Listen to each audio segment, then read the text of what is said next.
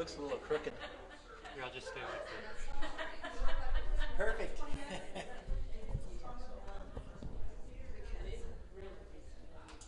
Okay.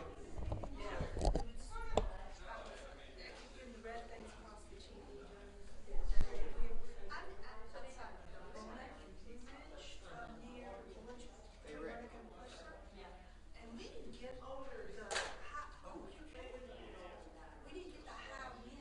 So these two options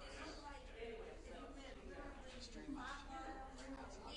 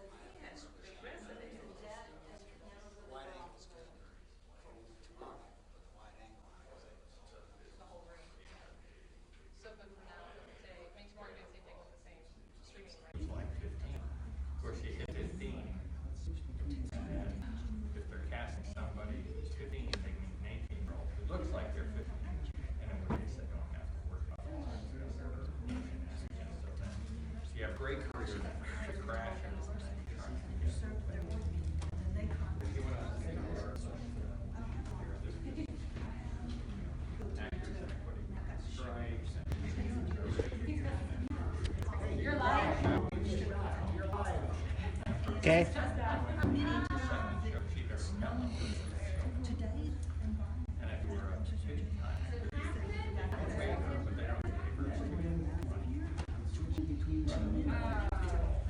So do you want to keep this on you so in case you need it? Let's just put. Okay, thanks. I got it. That's all I got. Well, shoot, you'll have it there and then you just plug it in your Yeah. 10 or whatever. And then this is good for a couple hours probably. Thanks. Yeah. Got all my equipment.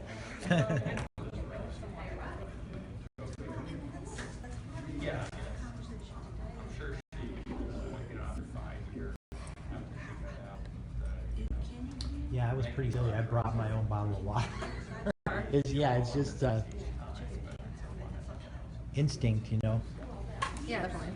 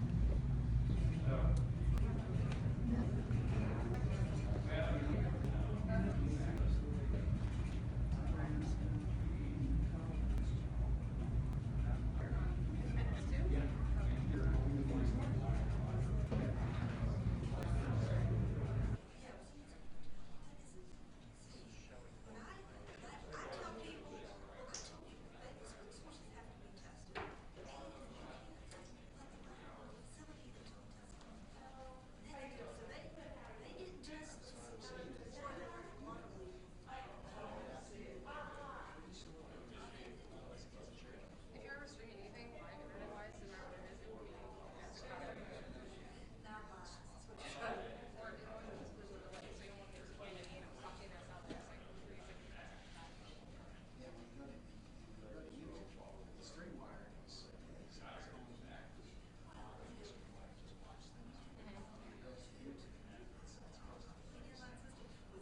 because StreamYard, their main one, and you're sending from YouTube. Yeah.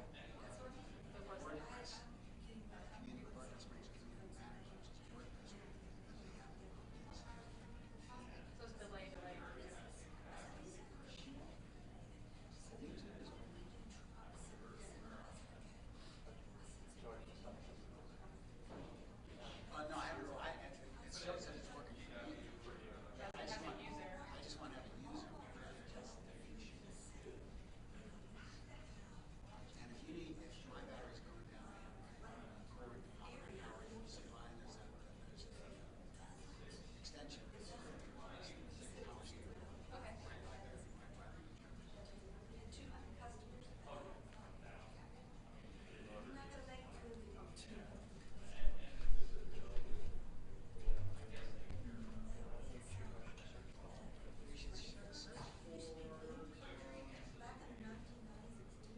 Either Berkeley Springs, actually, email address is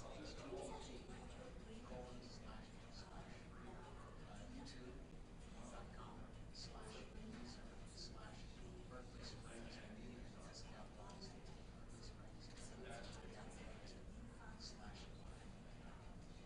So the cord is where it is in the bag? Or is it? in my bag here.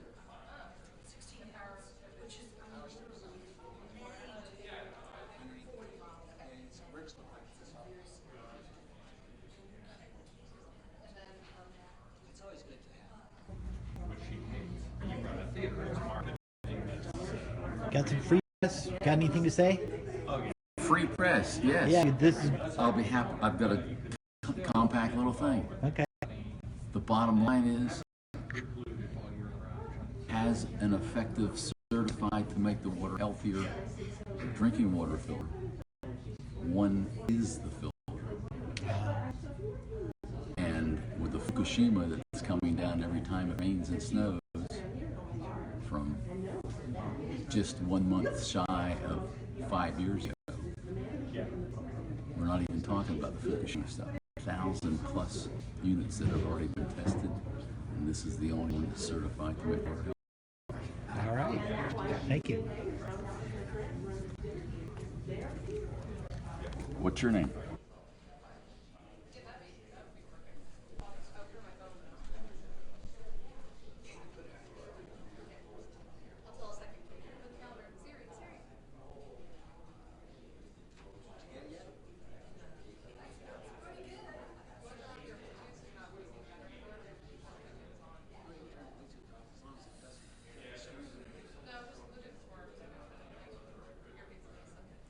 Yeah.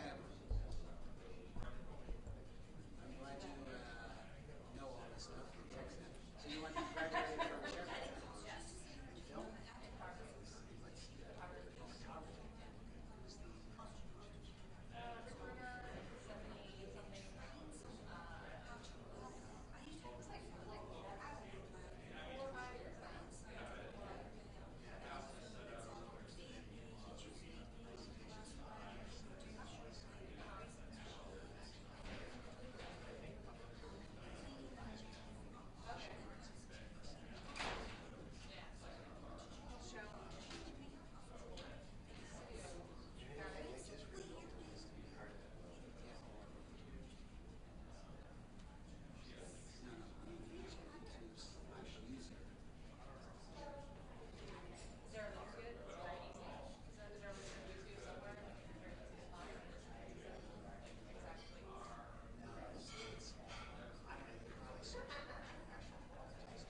You can do a search under international water testing.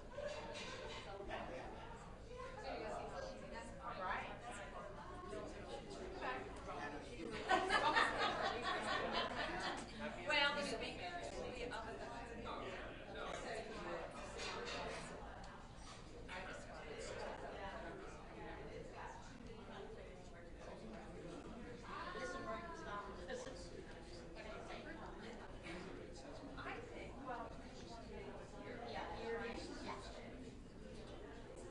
So interestingly, if you're not a front row person, I would be right there. I think yes. Some people don't like the front row. Well, I don't. I can tell. You know what I mean? I think I can hear him here. So, I'll give you a test. So here we are speaking at the International Water Tasting event. Can you hear? That'll work. Okay. I just can't see. One of our speakers is sitting right back there. She's like, hold on, I don't know you. Thank you. Yeah.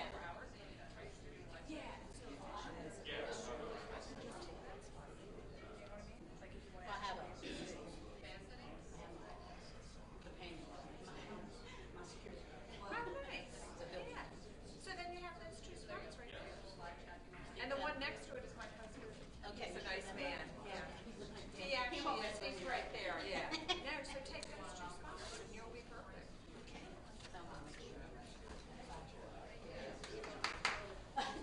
Yeah, so you want, that's what you want. And then look, if you need to exit for any reason, then you have a Okay. nice little aisle. That'll work. Right? Yep. Thank you. You're welcome. Let's snuggle in over here. Right? You got a blankie? Just a little blankie. Thank you. Hey, it's funny you said that because I brought myself my little pillow. Did you really? My mat. Yeah.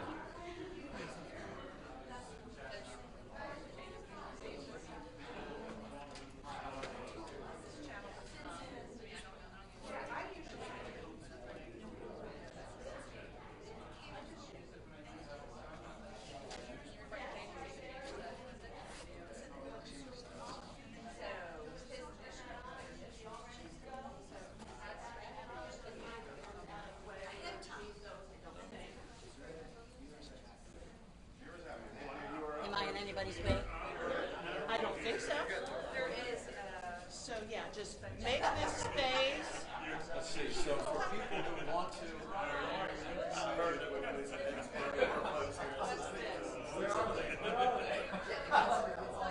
to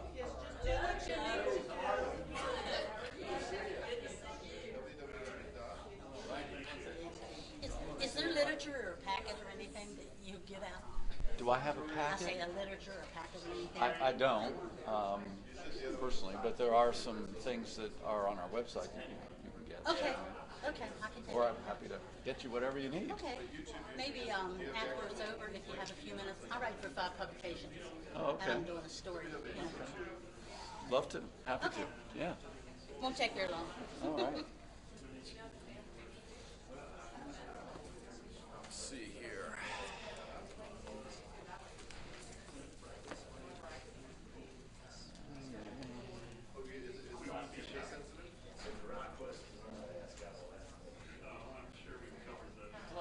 Hi. How are you? I don't know if you remember me or not. I'm Debbie Custer. I used to be with Quibell Water and years ago, like, Yeah. flash from the past, Okay. from the 80s, but I remember you were involved way back, a long time I've ago. been around for a while. While, yeah, I was going to say, somebody said something, I said, how long? I said, in 1985, I met a man who wanted a bottle of water, and he was from South Africa, and I said, Wow. I've been in this business ever since. Wow. But I wanted to Who say are you with hello. now? Actually, I just help people get started with. So typically, I get a call a day that says I have a spring and Exactly. I want a Well- bottle. well, you and should take give me it- your phone And number. take it from. He's sitting there like, I want to take it. Well, I'm speaking after you today. Good, so because you I can- get those calls all the time, and I have to tell them. I don't know. That's who- not what we do. That's not what you do. That, Good to see you. Around.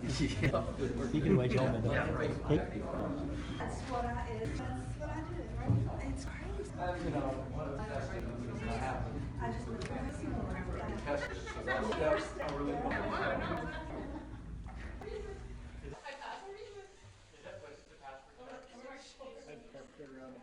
Oh, really? Some guy out here parked across 3 spaces. Pulled in across 3 spaces. Well, you push him out of the way. Yeah. Learned him a Oh, lesson. great, great. And I'll give you And mine. I've got mine. They said you're going to use your computer to run everybody's. Everybody's welcome Well, to I'm use it. going to give you mine. You got it on the jump, yeah. And what I can do is, What size? to make it really easy, if you don't mind, I can download it to the desktop, and then when you're ready, you just pop it up. What we don't have is I don't have a clicker, so we're going to have to figure out. Now I have a mouse that you can plug in and do the clicking from the mouse if you want to. Well, for me, it's just as easy to do this and this, but if you like a mouse, No, it's so up for to me, you. I just like to. Back to the last. For the home brew, we use for fermenting beer, and then you pour it in 5 gallons of plastic ones don't. Just bacteria. You didn't hear it in Germany, they like to say found out Thanks. in the German beer because that's how many they found it in this one.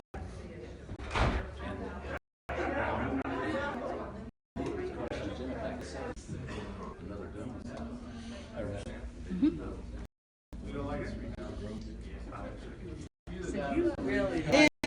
Because I kept looking, I'm like, I'm looking at the string going, which hammer is doing that?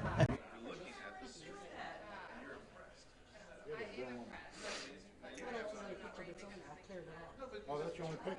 I thought you took 2 of them. No. Oh, okay. I thought you took 2. It looks just like you. Do you hear me? Pardon me? It looks just like you. What does? My picture? Oh, oh goodness.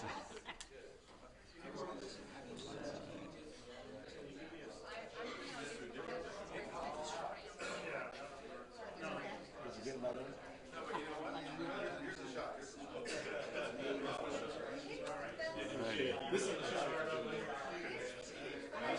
I got, this is an extra one in my case. And I'll be standing right next Oh, to you got one? Yeah, I Joe. got an extra. This is going up on Facebook. Oh, should we pretend we're No, working? You're working. You're working, and I'm going. Okay. This is a big No, I shot. don't have a picture. All right. I'm working. You got one? Okay. Now you have evidence that I actually work. Okay. So. Come on, you gotta love that shot, right? We love that shot. There you go. That's gonna be great. I think that works. Yeah. I think that's much better.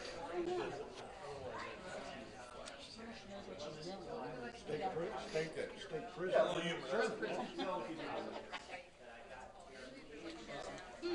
Okay.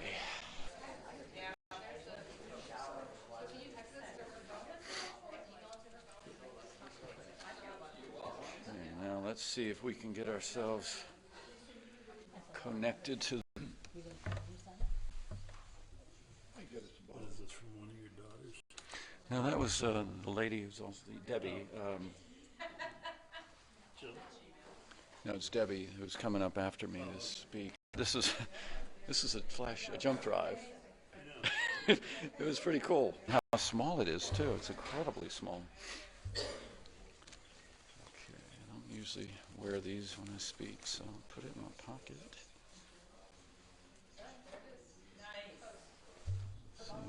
So where's the laptop on the load? Right here. Oh, it's Right there. here. Okay. You want it to be on the desktop, or do you? No, I can do it off. Okay, whatever. because I've loaded one of them already on the Yeah, desktop. load on desktop. Be And good. you- Yeah, if it's you just don't want it on the desktop, No, that's fine. I'm going to delete them anyway afterwards. Oh, that's fine. That's fine. But if you want it on the desktop, Yeah, that way let's- it saves this trip. Yeah, it's a pain to do it. Of having it. Right. I haven't seen it. Right.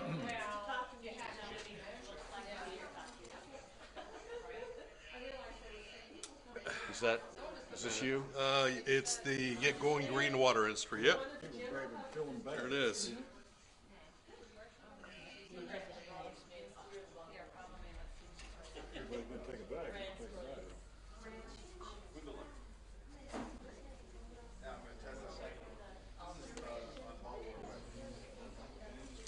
Brian, Scott Shine. Nice to meet you. Are you speaking? Yes. Do you want yours on here? Might as well. I saw that happening. Okay. Oh, sure. All right. I think. So we've we're got- set. I think so. So you're gonna. I don't have to do Yep, anything. there you are, right there. You're on All the right, desktop, cool. so you're cool. All right. All right. Thank you. We love technology. We'll do one more. And then you're gonna have to get share clicking it, advancing it, because there's. I mean, you can do it separately. I can put it on the desktop. Some people don't like their slides to be. Yeah, I have 50 slides.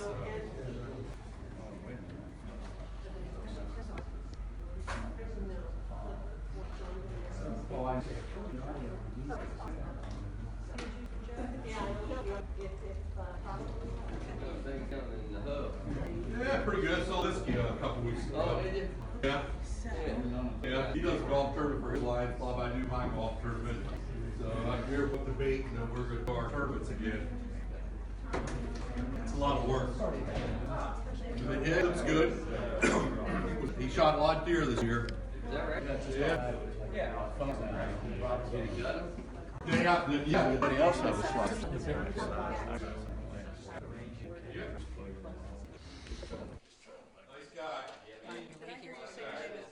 Yeah, Brian. Yes. What is your name? What is your name? Charlie Hessler. He's my security guard. Warren Shaw. Yeah. Thank you. Oh, thank you. Before I forget. They invited me 3 years ago and I haven't been. Yeah, I did. Just retired. Yeah. Close to 40 years. Yeah. Yeah. So he thinks No, I did my somehow.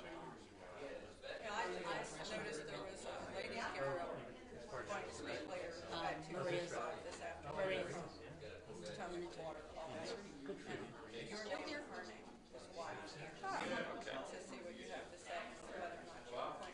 Just not a member. Two or haven't met her. I would certainly be trying to help. Then What around here. My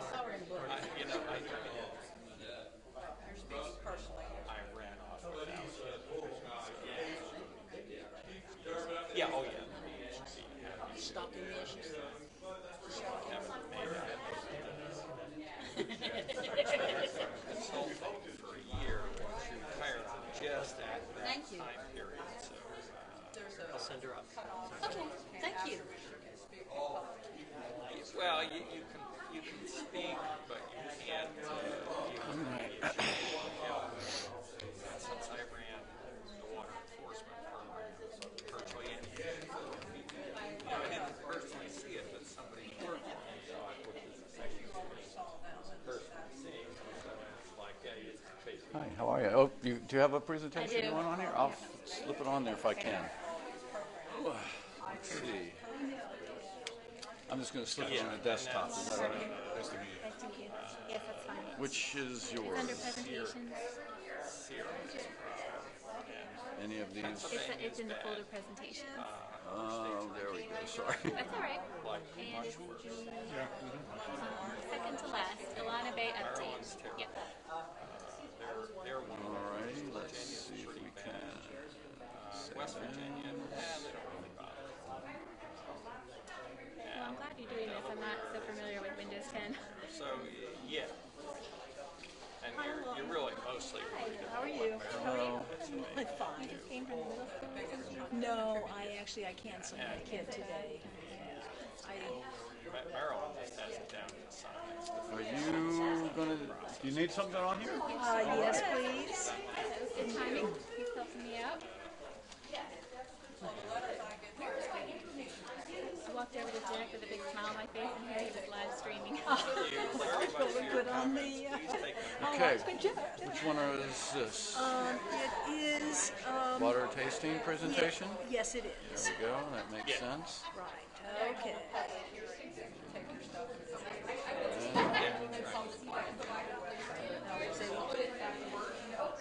So what are you trying to do then? Oh, there's so many.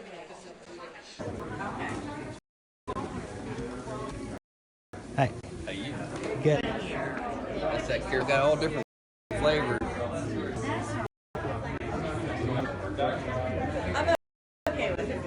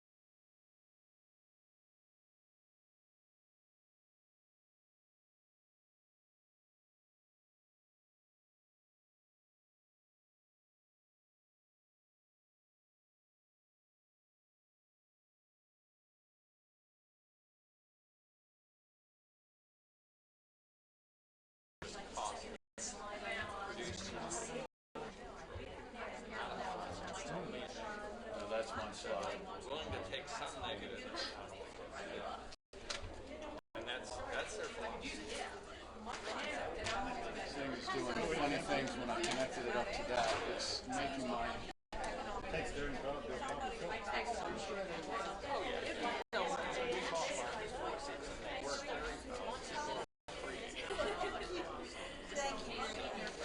Alright, so which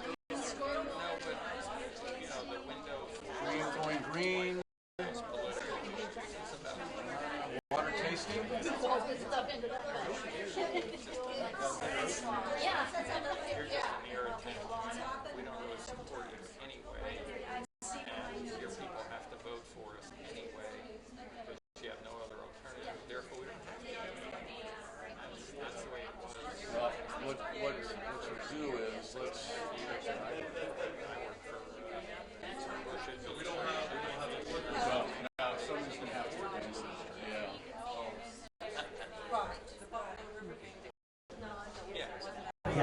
Jack and Jim sound the same. Texas String. Because there's not enough.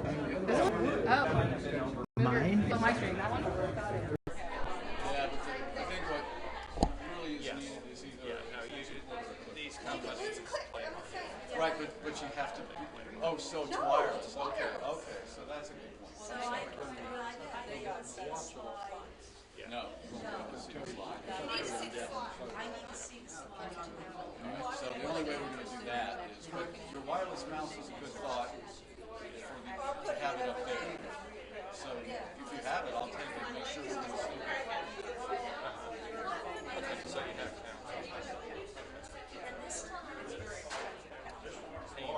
you know, I mean, yeah, no, I know.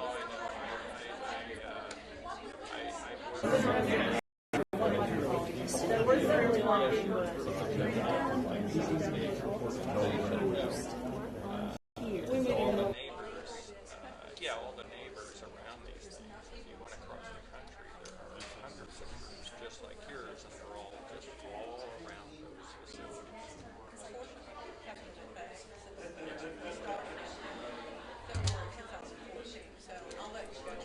Awesome. Let's see if we can. It's gonna be close. Yeah, unless I think it's and far it's going to enough. be dangerous depending on who's walking through here, but. Let's see.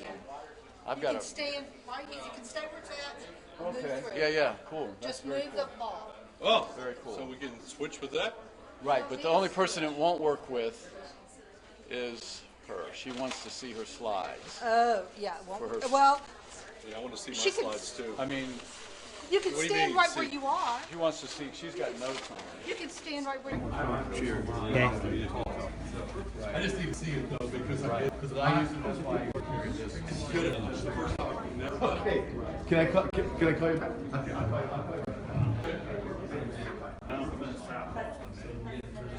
You want to be? Yeah, I had my own IT crisis this morning. Somebody hacked a number of accounts. Hello, Jeff. Every year I tell people this is one of my favorite parts of the whole weekend because it's just, there's some experts in their fields who are going to tell you all sorts of things that you were afraid to ask, never even knew to ask, things that you've wondered about, just information that's great to have and really important for all of us. Back up. Throughout today and tomorrow, I will, I guess I should back up and tell you my name is Jill Kleinrohn and I am the producer of this event and have been for a number of years. And throughout today and tomorrow, I will be doing a little bit of housekeeping as well as introducing people and letting you know what's going on. So if you don't have you can't tell the players without the program, so we've got programs back here, and we're going to do very brief introductions here today because who these people are is all written in the program. And if you want an even longer bio, when you're not here, you can go to the website more, you can make connections. If they have more information on what you find out here today, connections with the individual people, and arrange to go in later or dinner or talk home. You know, there's all sorts of ways to communicate these days. Once upon a time, many years ago, I would stand before a group of people like this and say, you know how lucky we are. Here in the United States of America, most of us can go into the kitchen or we can go into the bathroom and we can turn on the faucet and we can get good, clean, safe drinking water. And the majority of the people, a lot of the people in the world don't have that. But the reality is, even here now in the United States, we can't always depend on that. And that's a large reason for us to have this forum today, to present these people here to you today, because water is our most precious natural resource, and we can't live without it. So no matter how contentious people are, how much they want to debate, how much they want to disagree and not cooperate, everyone can agree, I believe, that we can't live without water. And it is truly our most precious natural resource. And it is up to each and every one of us to protect it. In American Sign Language, that's protect the water. Now, the group of people here we've gathered here today are all experts in their field. They have some great information for you. And one of the things that I've asked them to do is to propose something that you can do, to empower you, to give you a purpose so that you don't walk away from this forum here today and say, well, what can you do? Nothing, you know, it's too late, the world's, you know, going to hell and nothing we can do. But that's just not true. It's just not true. There is something you can do, and I'm hoping and I expect that these speakers will give you some of that information, will empower you and give you hope, because there are good things happening in this world, and we can do our part. Each and every one of us need to do our part to make sure that we help to protect the water. So I don't want to spend a lot of time talking because we have all of these great people to present their information. I've told them all too, we've got a lot of speakers. I'm going to be watching the clock, watching my watch, and I've already asked the speakers to be aware of the time so that we can hear what everybody has to say and have some time for discussion as well. So without a watching the clock, I'd like to see the Water Master, 6th Annual Berkeley Water Tasting, the water expert of Harvard, California, We have a great gathering of people here, but we've got a global community that's watching this today. There are many ways you can get to it. If you have friends or people you want to link to, if you go Bottled Water Web and click on the Facebook link, you'll see a wonderful picture of our first speaker. No, you can do it now. Oh, thank you. Yeah, you just can't upload. This is what we were told. You don't video or any heavy files to the internet if you're using the country end's internet broadband, because that's going to take over the space that's being dedicated to the stream. And we want to thank Comcast making this possible. Jack Kelly and the Digital Media Center from the Morgan Arts Council, they're here. And this is cutting edge. This is like brand new. I was told they tried this with the Pope and they had some problems. Right. So now they're trying it here in Berkeley Springs, and we're live streaming right now. That's right. And we're not going to put up any walls. No. As in the Pope. No, never mind. Okay, this is the 26th year of this event. It's amazing that this is continuing. Granddaddy of water tastings, and the seminar has really evolved into something very interesting. Thanks to many of the participants that are here today, who are going to be speaking. Very interesting. Thanks to many of the participants that are here today, who are going to be speaking with us. I fell in love with water at a very young age in Europe. In fact, I can't live without it, and I think most of us can't either. But what happened when I was growing up in Europe was my parents were very smart. They didn't let me drink soft drinks. They were way ahead of the health trends that we see today. But back then they said, no soft drinks. So my excitement at a dining room table was bottled water, still or sparkling. And in Italy there was a lot of options. We had over 200 different kinds of bottled waters. So I kept a little journal, and I would write in my journal which water I drank, what it tasted like, if I liked it, if it was sparkling, if it was not, and I'd give it a little rating. That evolved into a career, and a great one. I'm very fortunate to have been involved with bottled water and water in general, and the great folks that are in that industry. That's really what makes it so exciting. I don't know if that's how Robert Parker started at 11 years old, tasting wines and eventually rating wines, but I've been lucky to be involved with that. One thing that, you know, if you live in Italy, back then, water was also a perilous beverage if you drank tap water. And I found that out firsthand because I consumed some contaminated water in Naples, Italy, and came down with typhoid fever. And I went from a nice, healthy 11-year-old weight to about 87 pounds. I almost feel like I should find some of that typhoid water now. But anyway, needless to say, you become really aware of something as prosaic and simple as water, that it's not all that easy to understand, and there are the good, the bad, and the ugly. So today, we're being constantly reminded about water, its availability, water quality, and a lot of what you're going to hear today are from experts in those fields. And our first speaker is a gentleman that I've known since he became the president and CEO of the International Bottled Water Association in 1999, and he's been spearheading that organization since then, and it really represents the majority of the water bottlers from around the world, and a great source of legislation, helping get the right kind of government controls, and especially getting the word out, the important word out about bottled water and how a clean and healthy industry it is. And he has appeared actually in our videos in the past when we've done Lifetime Achievement Awards. And so I'm really pleased and honored to have with us today the CEO, Mr. Joe Doss. Thank you, Joe. Great to be here, and thank you, Arthur, for doing this every year. It's a wonderful event. Thank you, Jill. I'm going to try and stand someplace where maybe I can see the slides, but you also can see me, and the things are blocking us. So, and we don't have an official clicker. We have a mouse, thanks to Debbie, but so it may work a little differently, so we'll have to figure it out. So, IBWA, the International Bottled Water Association. We were founded in 1958. We were then called the we have our offices in Alexandria, Virginia. Our members are bottlers, distributors, and suppliers of bottled water, small, medium, and large-sized companies, and many of our companies are very small businesses, maybe second, third generation family businesses. We represent all segments of the bottled water industry. We represent the home and office delivery bottled water, the 5 and the 3 gallon containers that you see.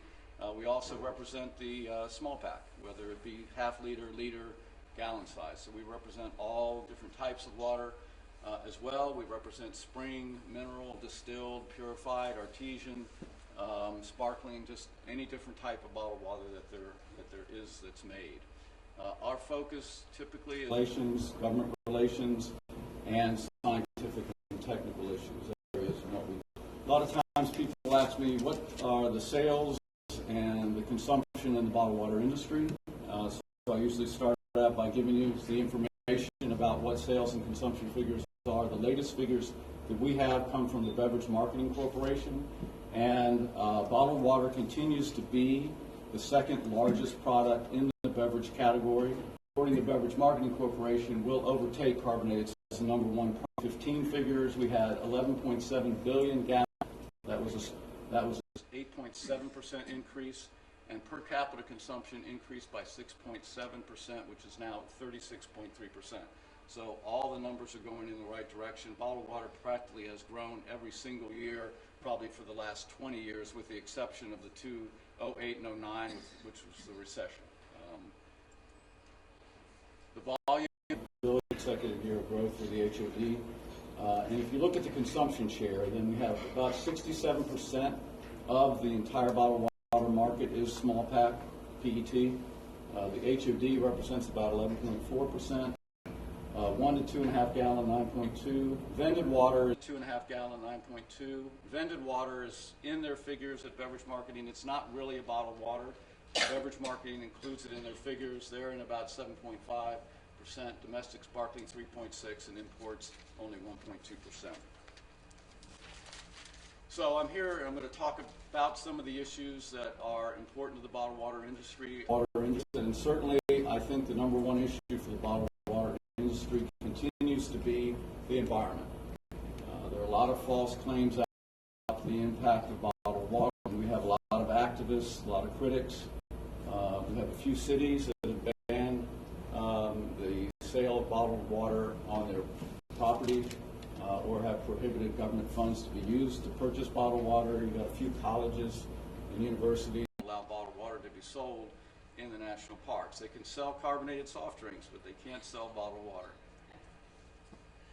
So some of the claims made by the critics, privatization, unnecessary, and environmental footprint claims, though, I think are where we see most of the criticism, and that goes to the energy costs, resource depletion, the packaging, and the CO2 greenhouse gas emissions.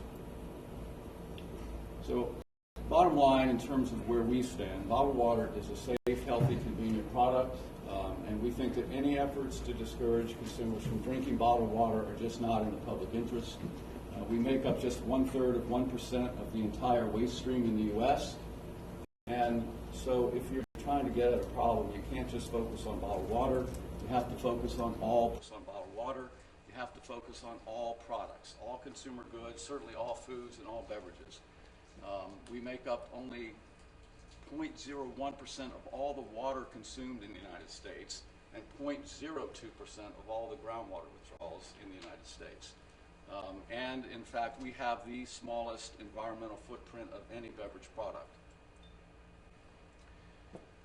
couple of times people make this a bottled water versus tap water issue. It is not a bottled water versus tap water issue. It's a consumer choice issue. If people are drinking a product regulated by the FDA, tap water is regulated by the Environmental Protection Agency. The Drug and Cosmetic Act, it requires all bottled water regulations to be as stringent and protective of the public health as tap water regulations. So that's in the law. If EPA issues a regulation, FDA has to look at that regulation to determine whether or not it should be applied to bottled water. If it does, they have to issue their own regulation. If they don't think it applies, they have to say so.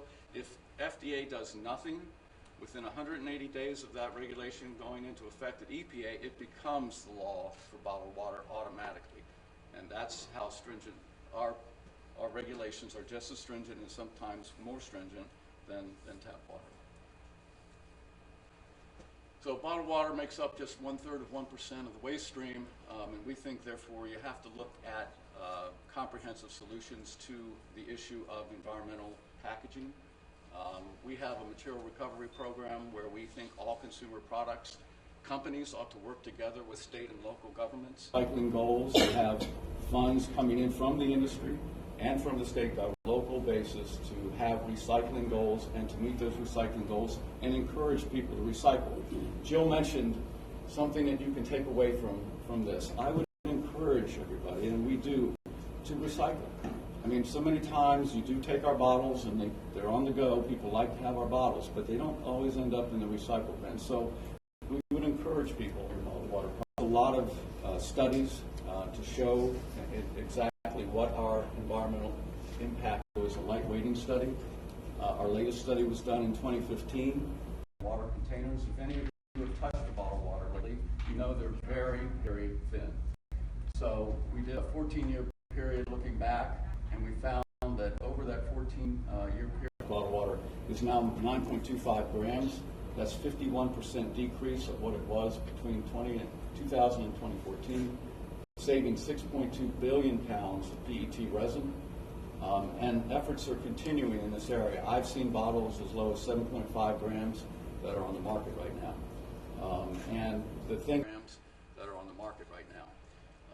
And the thing is, carbonated soft drinks and other products cannot lightweight their products, cannot lightweight their packaged products like bottled water can. If you were to lightweight, if you use lightweight material for a carbonated soft drink, the fizz will go out of the bottle. So they have to use probably 20-gram weight bottles. Similarly, some of the other plastic containers are hot filled, so you can't use plastic containers for those either. This slides, you're welcome to them, and I'll be glad to give you a copy of them. This is just a chart showing the decline in the weight of PET bottles. This is showing the increase in savings in terms of the PET resin, which is RPET. We refer to content. Bottled water packaging grew from 3.3% to 20.8%, and that's 20.8%, and that's a 17.5% increase. And most of that increase, you can see, 2013 and 2014, we got 8% of that increase. If you're looking at all the bottled water containers that use RPET, the average content for a bottled water is probably 20%. But I've seen bottled water containers with 50, 75, and even 100% RPET usage. If you look at all bottled water, not just those that are using RPET, we're at about 4.1%. But that's just the entire bottled water industry. So we're hoping to do better, and more companies are using RPET. Again, some slides showing you the increased use of RPET, and again, I won't do that. I'm keeping mindful of the time. We also did a life cycle inventory, and we looked at a number of different key areas with regard to the environmental impact of bottled water. One was we looked at the greenhouse gas emissions and basically found that bottled water, both the HOD, the large 5 and 3 gallon, plus the PET combined makes up 0.08% of all the total United States greenhouse gas emissions. Very small, almost a rounding error, if you will. Then you look at the energy use, and we are 0.07% of total energy use. And then if you look at the packaging, we're 0.64% of the packaging. So again, almost rounding errors there. We also did an energy use and a water use study. Last time we did it was 2014. Basically, we were trying to look at what energy is used within the plant to make 1 liter of bottled water. And the bottom was, whoops, I guess I got ahead of myself. Let's see if I can go back. Is that for bottled water, we use 1.32 liters per liter to make bottled water, and that includes the liter that you consume. And we are the smallest liter that you consume. And we are the smallest use of bottled water, of use of water of any beverage product. If you look at our energy use, it's 0.24 megajoules per liter. Again, the lowest of any beverage out there. Groundwater and aquifer depletion, this is an issue that does come up throughout the country. People think we're depleting the groundwater resources. It's just not true. The Drinking Water Research Foundation did a study and found that bottled water uses 0.02% of all the groundwater that's withdrawn in the United States. It might vary from locality to locality, but not much. It's not going to be much more than 0.02%. And so we are always involved in the states, even though we have a very small use of groundwater. We're involved anytime there's a state bill about groundwater resource management. We're there, and we insist that there be at least there are about 6 or 7 things that we like to do when we're doing that, because basically when these bills users of groundwater, and we think that's the way it should be. It should be based on sound sectional and treat all. But what usually happens is that the farmers, who are very powerful, can be covered under this bill, and that takes away 78% roughly of the people of the water that's consumed. 78% to 80% is usually from agriculture. So when you take the farmers out, you're left with not many people. So we think it really needs to include all users of water. It needs to be treating every user of water equally. Water scarcity is certainly an issue. Water scarcity is certainly an issue, and I think the drought in California brought it to the attention, and bottled water certainly has been targeted with regard to the drought. You saw the figures I gave. We use a very small amount of water. So it's not just a California issue. It's not just a bottled water issue. Again, we use such a small amount. There has been a GAO report recently that said that 40 of the 50 state water managers are predicting that there will be water shortages in their states within the next 10 years. This is a map of the GAO, and basically they deal with whether it's going to be a regional shortage in yellow, a local shortage in blue, or a statewide shortage in red. So, but 40 of the 50 states are going to have some sort of shortage within the next 10 years. Plastic container safety, also another issue that tends to be made about bottled water. The bottom line is that plastics used for bottled water containers are safe. Any food contact substance used in foods and beverages must be approved by FDA for food contact. So there are a lot of false claims about this.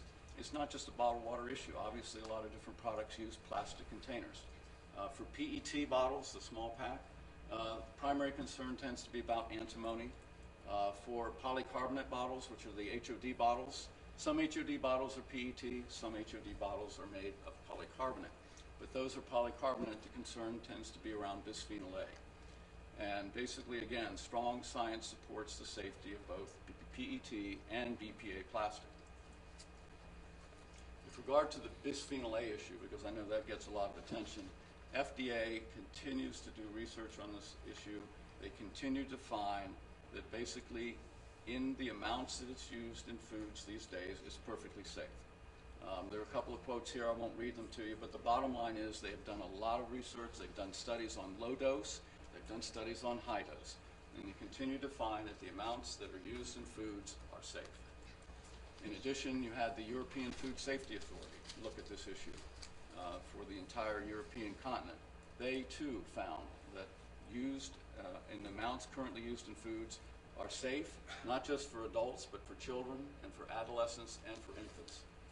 So there's a lot of good science on this issue, a lot of good science that shows that this is a safe product. Well, since there's a lot of false information out there about bottled water, IBWA likes to make sure that we're getting our story told, and we're making sure that we are defending the industry when false information is out there. We do a lot of that. We've got green blogs. We're on the green blogs. You've got mommy blogs or parent blogs concerned about BPA and other things, so we're actively involved with all of those. We engage in online conversations. One of the green blogs actually gave us a monthly spot. After a while, we kept posting on their site, and they said, you know what, you should have a column here. So they gave us a column, and we posted on it every month. So basically, we try to make sure that we're keeping track of anything that's being said about bottled water and immediately comment. If you're not first or second, you might end up way at the end, so you got to be quick. And we particularly pay attention to CNN, Huffington Post, and all the major outlets. We have a strong presence on multiple social media platforms. We have prepared 38 YouTube videos to date. We've gotten about 390,000 total views. We've got 3 targeted Twitter feeds with about 4,000 followers. We have a Facebook page with about 7,900 likes. And we use all these in a coordinated strategy to get our message out and to make sure that we are communicating with people who may not know the facts about bottled water. We have 2 websites, bottledwater.org and bottledwatermatters.com. Both of those websites have a lot of different information on it. The bottledwater.org is IBWA's association website. Bottledwatermatters.com is basically an advocacy communication site. So you can go to either one, and there's a lot of good information in both. This is just one of the infographics on our website talking about the very small amount of water that goes for bottled water and the big health impact that it has. We also have a petition up on our website. It's called Love Bottled Water. There are a number of anti-bottled water groups that have petitions encouraging people not to drink bottled water, and so we have our own petition on our website, and you can go on and you can cite and you can sign on and support bottled water. We have about 30,000 signatures to date, and we don't take your information and sell it. We don't use it for any other purpose. We have it, and if something comes up in the state that you happen to be in that concerns bottled water, we might send you an email about it in case you're interested, but we're not selling anything. We don't sell the information. So I would encourage anyone who supports bottled water to go on, sign it, and send a link to their friends and their family. Dietary guidelines. As you may know, the dietary guidelines for Americans are issued every 5 years by the Health and Human Services and USDA. They were just recently issued in January of 2017. They're called January 20, but they were issued just in January. We were involved in that process. We basically have been urging the HHS and USDA to recognize the importance of water in a healthy diet. And we also encourage them to include water on the My Plate. You remember we used to have the food pyramid with all the layers. Now we have the My Plate.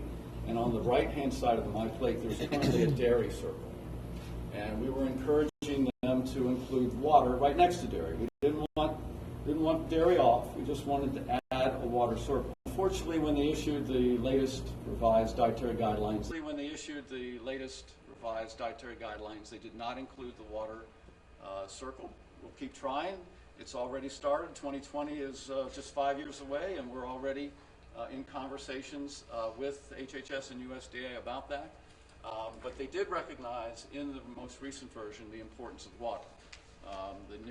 They realized the important role water plays in Americans' diet, and they did note that calorie-free beverages, especially water, should be the primary beverages that are consumed, and they said that there should be shift to a healthier food, all beverage choices which include choosing beverages with no added sugars, such as water, in place of sugar-sweetened beverages. So we were happy about that, but we'll keep working on the My Plate. It's just some more information. Basically, obviously, the dietary guidelines talk about a lot of different issues. They talked about obesity, diabetes, heart disease, and in all cases, all of those things, there are studies that show that drinking plain water instead of sugar-sweetened beverages is associated with a decrease in obesity, type 2 diabetes, and cardiovascular disease. So water is very important to the diet, a healthy diet. And these days, because of convenience, our on-the-go society, we basically encourage HHS to recognize bottled water too. They didn't do that, but we still think it's important because people are on the go, they're going to their convenience stores. If there's not a bottled water there, or if they're at a national park and there's not a bottled water there, they're going to have to choose a sugar-sweetened beverage. And so we want to make sure that bottled water is available anywhere other beverages are sold. Sorry, I made a little. Here we go. One last thing, Drinking Water Research Foundation. Just wanted to bring this group to anyone's attention who may not be familiar with it. This is the group that did some of the research I talked about. This group did the groundwater study that I mentioned earlier. It is a separate organization from IBWA. It is a nonprofit research organization. Our chairman is Jack West. Our vice chair is Stu Allen. There is on the board of trustees and within the industry. But we also have trustees that are with Yale University, UConn, other respected organizations. We look at a lot of different issues. We've looked at bromate. We looked at HPC. We're doing something now looking at sugar-sweetened beverages, what the health impacts might be if you take one sugar-sweetened beverage away from the person's diet and add water instead, what the health impacts might be for that. There's also information on the website about bottled water versus tap water, if anybody wants to look at that. I mean, again, some people claim bottled water is not as regulated. If they have those concerns, there's a document on the website that will make sure you see the exact parallel regulations for both bottled water and tap water. And by the way, last year at this very place, we have a number of memorial funds. We have a Alan Leff Memorial Lecture Fund, and last year at this very place was the first ever Alan Leff Memorial Lecture. So thank you for hosting that last year. Well, that's it for me. Thanks for your time. I hope I haven't run. I think I'm in good time. Okay, well, that's good because I have a slide that says questions. I wouldn't have shown it in case if we were running short of time. So I'd be happy to answer any questions now, or certainly I'll be around. I'll be around for the rest of the afternoon. IBW on water bottles. How can people? They're a member. Right, that's a good question. Well, we actually prohibit any bottler from using our seal. We have a logo, and you're not allowed to use our logo on the bottle, even if you're a bottler, even if you're a member. And that's for primarily liability reasons. I'm an attorney by background and training, and there were some lawsuits that actually had a couple of associations go bankrupt because people were using a logo from the association on their product. The Pool Industry Association went bankrupt because of that. So we don't allow them to use our logo. We do allow them to say on their bottled water, member of the International Bottled Water Association. Some do, some don't. We have a list of all of our members on the website. That's probably the best way to know is to go to our website because all of our members are on our website. But we don't have any sort of certification program or anything like that for bottlers. I had a question. You said on the website, meaning your website, you could take a look at the safety of tap water versus bottled water. You just said that at the very end. That's the Drinking Water Research Foundation. You could probably get to it from our website, but if you want to get to it directly, go to factsaboutwater.org, I believe is the, or just go DWRF, DWRF, sorry. We call it DWRF. It's the Drinking Water Research Foundation. It's not an insult to small little people, but it's the Drinking Water Research Foundation. And so if you just Google Drinking Water Research Foundation, on there are two studies. One is a 2011 study I think we did, and that was looking at the regulations between bottled water and tap water, just comparing the bottled water regulations with the tap water regulations. Then in 2013, we did another study talking about basically the health and safety issues with regard to tap water and bottled water. So both of those documents should be on the Drinking Water Research Foundation website, and if you can't find them, let me know. Yes, ma'am. Does all bottled water go through the same filtration process, and is that regulated? Well, that's a good question. There are different types of bottled water. You have spring water, and spring water typically does not have any filtration that goes on. Certainly, they might do some treatment of ozone at the end, disinfectant, but basically if you're filtering out spring water, you can't call it spring water.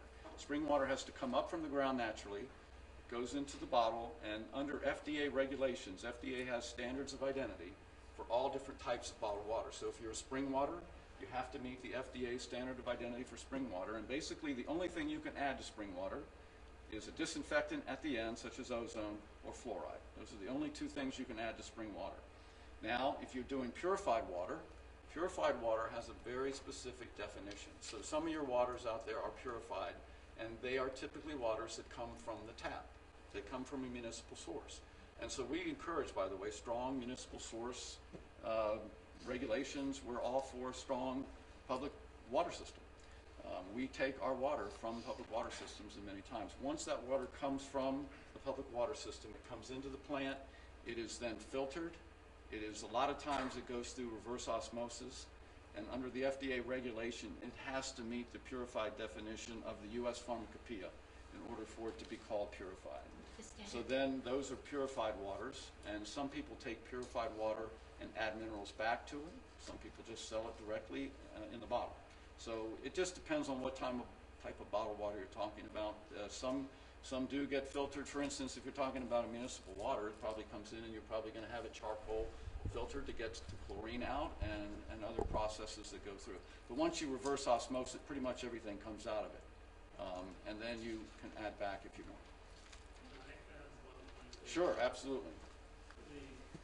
Oh, we may be running out of time. On the natural spring water, you can use filters that polish. They cannot change the chemistry or the natural components.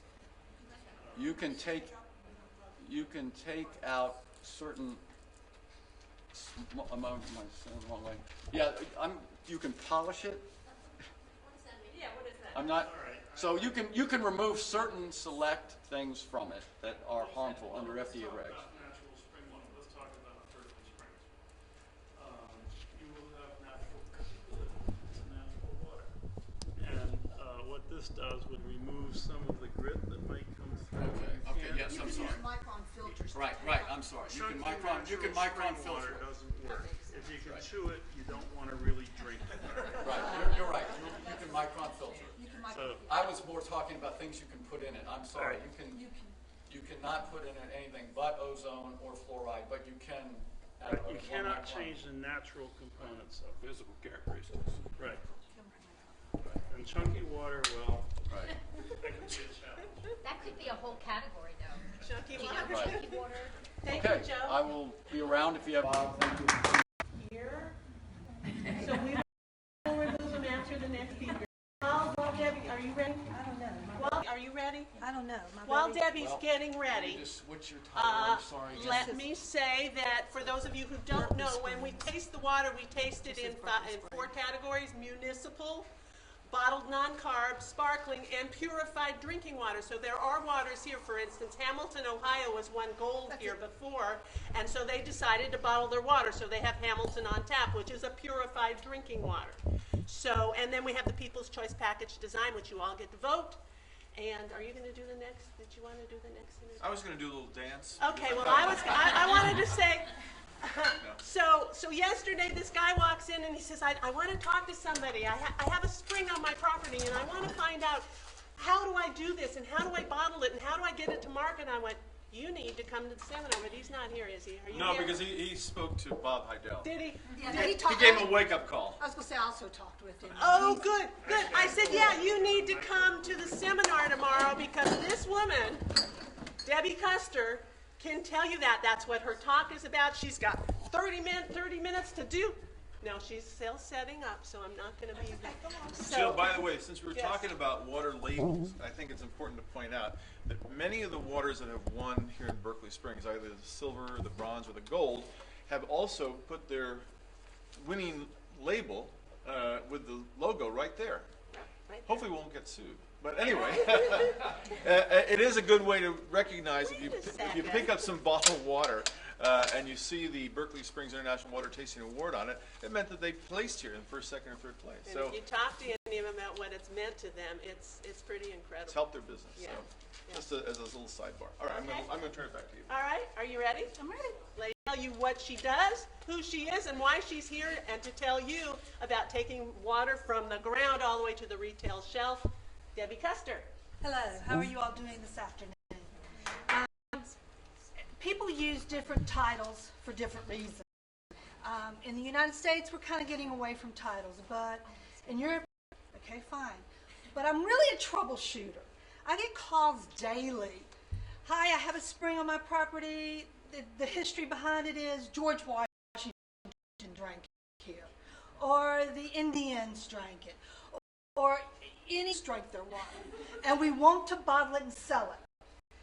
Understand this is, just put it underneath the spring and you let it go in, you put the top off, and you sell it at your local grocery store. It is not that simple. So, my favorite saying is, thousands have lived without love, but none have lived without water. Water is a key component to our survival. Everyday hydration is invaluable. And when I hear about schools banning bottled water, I just hope and pray that they're not the next Charleston, West Virginia, or Flint, Michigan. That's my goal. Bottled water bottlers have stepped up to the plate in every incident and helped out local communities. Annually, there are over 3,000 where you get a boil-only warning, or they completely tell you they don't go near the water, don't drink it, don't use it, don't bathe in it. Imagine not being able to take a bath, turn on your shower, and take a shower. So, it's a big, passionate issue for me. See, I don't even know how to, because water hydration is a healing property. The more water you drink, the more your skin cells are renewed in and out. My water has a unique taste profile. Actually, they say my water tastes really good, and I translate that into unique taste profile. It tastes like nothing else. Well, guess what? All water tastes differently unless it's been made that way. Fine. Throughout the United States, that's what they are going for. Tell you the number of times I've been to George Washington was health reasons. Again, I can't tell you the number of times I've been to George Washington was a very well-traveled man. That's all I can say. George Washington drank the water here. So, and maybe he did. And the decision that they want to sell the water is they firmly believe that everybody deserves the right to drink their water. So, we go to the next one. Their goal, and I apologize for the poor picture, try to go into a retail store and take a picture. They don't like you to do it. But their goal is to take it from that spring to this shelf. Everybody wants the water. It tastes better than XYZ. And the most common line I hear is, I know the store manager. He will definitely put the water on the shelf. Well, there are a lot of steps to go from that spring to this shelf. And the things that I would encourage anybody to consider is bottling water. And those people who are here who currently bottle water, I don't want to pick on Robert, but he knows bottling water is not a key to overnight success. It takes many, many, many years. It's covered by the Food and Drug Administration, particularly if you want to sell it across state lines. You have to open up your facility and have them come in and inspect it. They inspect the product, and every time you go to bottle, you have to test that product.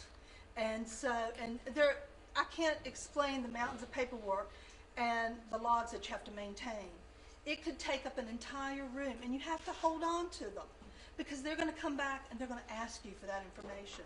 So these big bottlers who bottle, Poland Spring, Deer Park, those are Nestle products. They have people who do nothing but maintain their logs and their test results.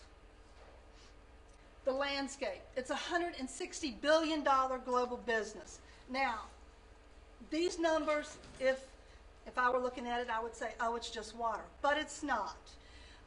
Products that can be called water in the numbers that people categorize are products like sparkling ice and hint. They are flavored products.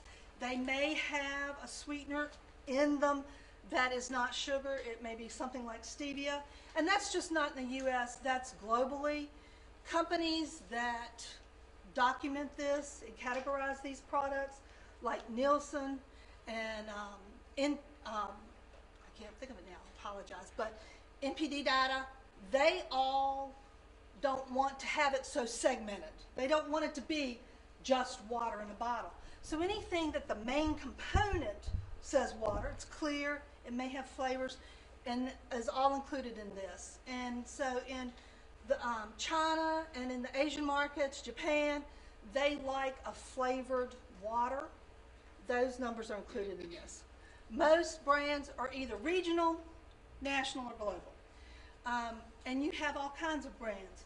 One of the things that I wanted to show today and to explain is that it's not just your brand name, it's also your packaging you have to consider. And who you're going up against. You're going up against the likes of Coke, Pepsi, Nestle, and Danone. Danone is Evian. So you have to, when you get into this, it's not a matter of, I can do this, and I can do it. I have done it more than once. But it's a 24-hour day, 7-day a week, always on your toes, always looking for a way to make it work. And so I recommend starting at the retail shelf and going backward. You want to get into the bottled water business, you have a great spring, let's see how competitive you can be. So I brought some samples of some packaging that over the years for me has stood out but also caused some problems. This is a beautiful bottle, very nice.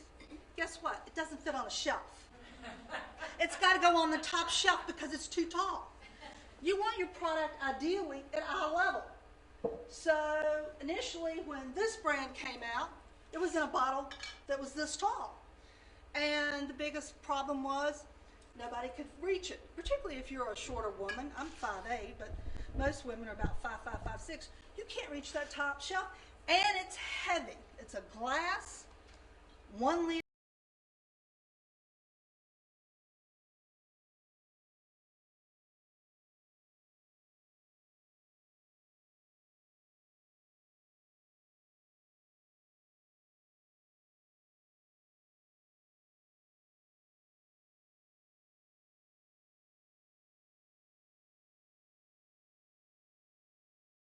The shape is not more. This one mold because it's in it. And that's something to consider. Do you want something special that's just for you?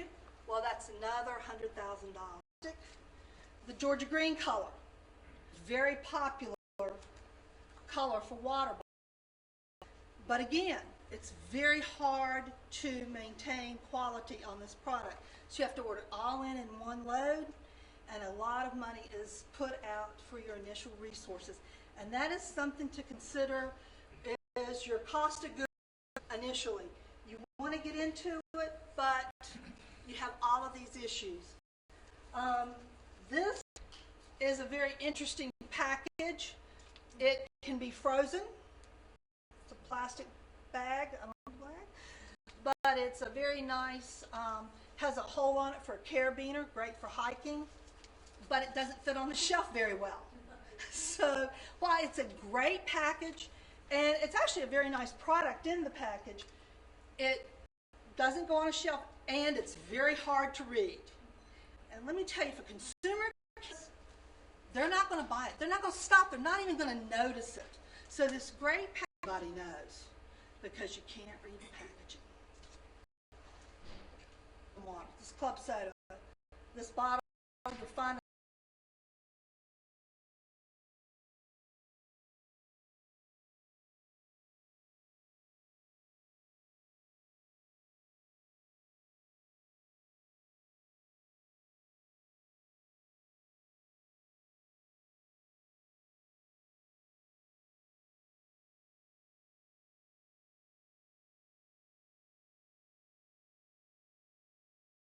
So that's a problem.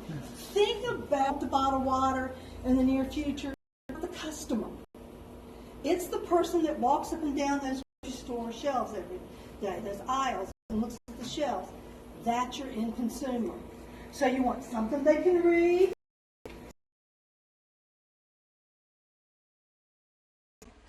At all. But they've done very well for themselves. And it's because it's a very simple, clean font on the front. You know exactly what's on the inside, and it fits well on a grocery shelf. This product just does very, very well for that reason, and supposedly it fits in people's back pockets. I've always been a carabiner kind of person. This is a private label product. Again, originally, they wanted to do a cork finish. This product sells for about $15 a bottle. And the problem was is not everybody can get open a cork finish. And it's very difficult at tableside.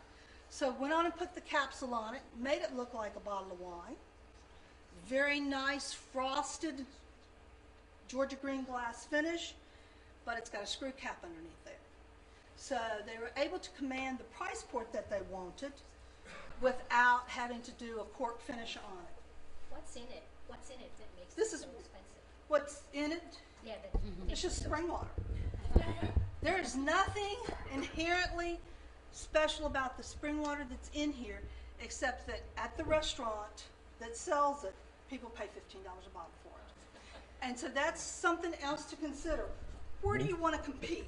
Do you want to be in the literally pennies per case category of waters, where you can find $2, $3, $4 a case, or do you want to be in the $2, $3, $4 a bottle category?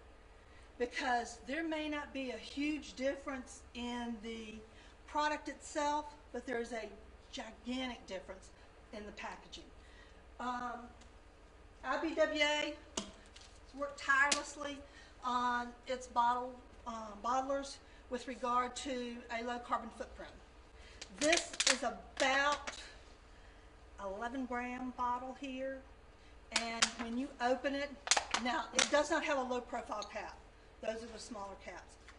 But even this one, when you open it, if you hold it just right, you're going to get doused. Let's be honest. This one is about a 24-gram bottle. It can command more money. Doesn't help with regard to the carbon footprint, but the person that purchases this one is not going to have to worry about getting wet when they open it up. It again does not have a low profile cap on it. Traditional closures and thicker bottles like this one can command a higher price point. And it's because of while it does have the convenience, you also don't have the thinness of the bottle that you have to contend with. And it's a much nicer package. So that's what I talk to people about. Where do you want to be? So the gentleman that they were talking about earlier, that Jill was talking about, he didn't know. He doesn't know what category he wants to be in. He doesn't know whether he wants to bottle 3, 5, or single serve. He has a spring that he hasn't even tested. So the very first thing I tell people is please get it tested. Let's find out if you have a profile, a bottled water profile, that the American consumer will not buy just once, but will buy over and over again. And typically that's less than 150 total dissolved solids in it. And a pH 7.2 to 8. Very alkaline water is not something that you can drink. And low pH have a refreshing taste to it. Higher mineralized, anything over 150. American consumer taste profiles tend to find it to be have too much sodium, taste salty, and metallic-y. That's what I've always heard is metallic-y. Typically will suggest to someone when they have a spring that has a higher mineral content, something closer to 200, let's carbonate it. Let's put it in glass and let's carbonate it. Because carbonated water, if it's heavily mineralized, tends to hold the carbonation, and it also holds flavors, which is where these folks have gone. This grapefruit flavored water, they have, I'm going to guess, close to a dozen different flavors. They do it in cans, they do it in plastic bottles. Been extremely successful. Talk about alternative beverage to country, and it does quite well. Yes. What's the comparison with the metal bottle, glass bottle, and plastic? Okay. As far as relation to taste? No, not taste. In relation to merchandising. In relation to merchandising, you would find, so you're going to find, depending on how it's moving, you'll find Perrier at eye level. You'll find nice packaging. This product's been out of the market for almost 15 years, so I apologize, but I have lots of it at my house. And something like this would probably be in a case on the bottom shelf. But they typically do it based on how their sales are. But I mean, do probably prefer plastic, metal, glass. Do consumers? It depends on the consumer. This has a shelf life. All of them will say shelf lives of 2 years. This has a shelf life of 2 years. This has a shelf life of 2 years, but it's carbonated, so it will last a lot longer. In a can, you could open this 3 or 4 years later, and it's still going to be good. This was bottled in, we opened it about 4 or 5 months ago. It tastes just like it did the day it was bottled. That would be the difference. Yes. Carbonated kills everything that's in a glass container. Carbonation will last longer. In a plastic container, carbonation won't even last 2 years. That is, I tried to do a very short do's and don'ts. We talked about this a little bit. Work backward from the retail shelf. Differentiate your brand. You have to have a story. You have to have, even if it's from the ground up and you've been involved in every single decision, you have to know it. You have to have a story. Retailers want a story. The consumer wants a story. Just saying it's a bottled water is not going to get you regional coverage, but it very small localized footprint. Don't cut corners on the manufacturing logistic. Worked with many folks who felt that, well, we can make do with this line. We'll have somebody come in and weld this together and rig this up to work until we can afford it. If you can't afford it now, don't do it. Do not cut corners. Capitalize on social media. Social media is the best friend anybody can have in any industry. It is global. But even locally, just being able to go to a farmer's market or a special event and saying, hey guys, I'm at the farmer's market today. Come by and try our new watermelon kiwi water.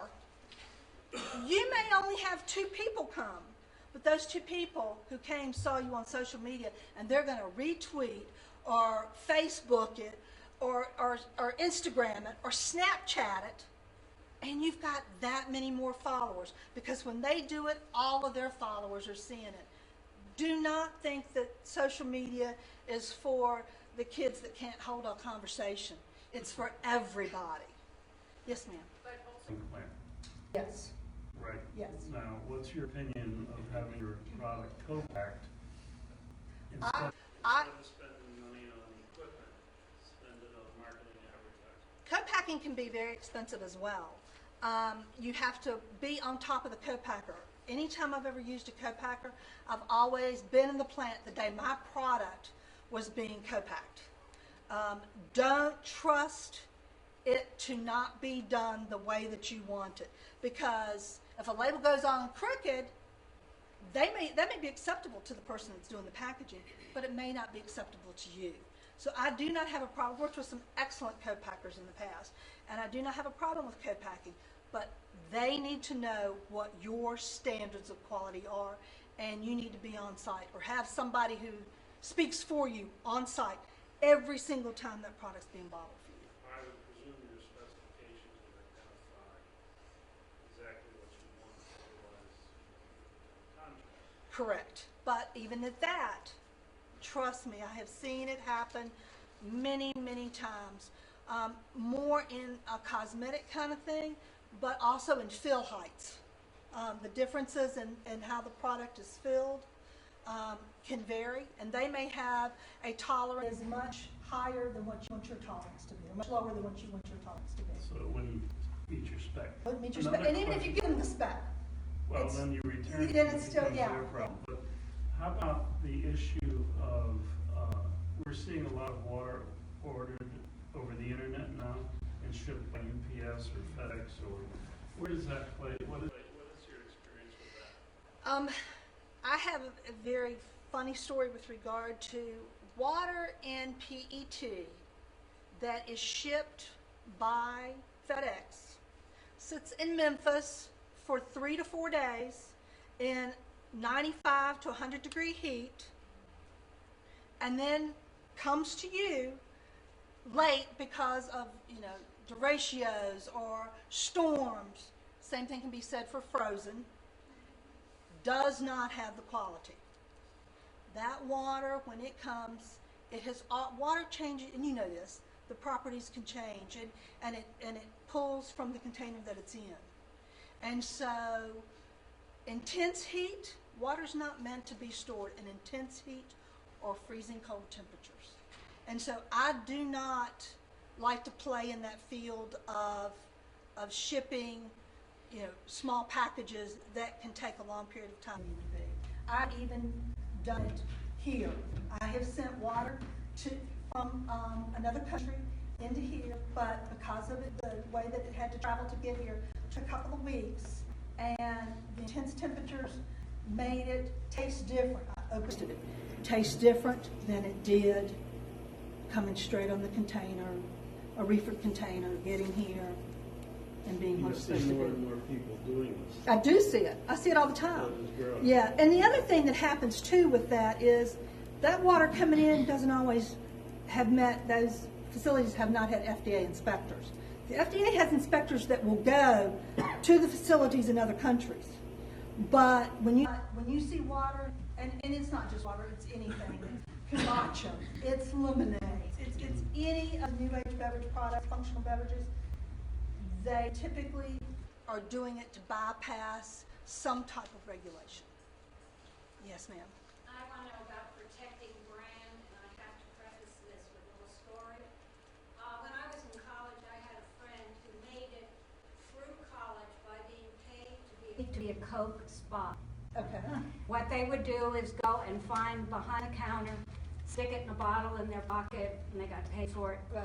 So I'm wondering if there's any knockoffs going on now, people pretending to be something else. It sort of goes on what he was talking about. How do you? With regard to what you're talking about, brand protection, the key element in this whole industry and in beverages as a whole is to be unique. So they don't want to be like somebody else or look like somebody else that they may be sitting beside in a marketplace.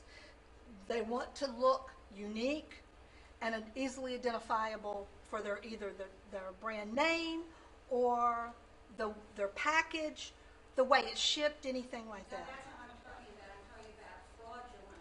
Fraudulent. Pretending to be another product. And I it's have. coming in from somewhere in Canada and it's not the same. I have never seen that. I've not come across that in the beverage industry, and that's wine, beer, soft drinks. I've not come across that. Yeah, well, I've not come across that. I deal mainly in new age and stuff like that. Okay. Thank you so much.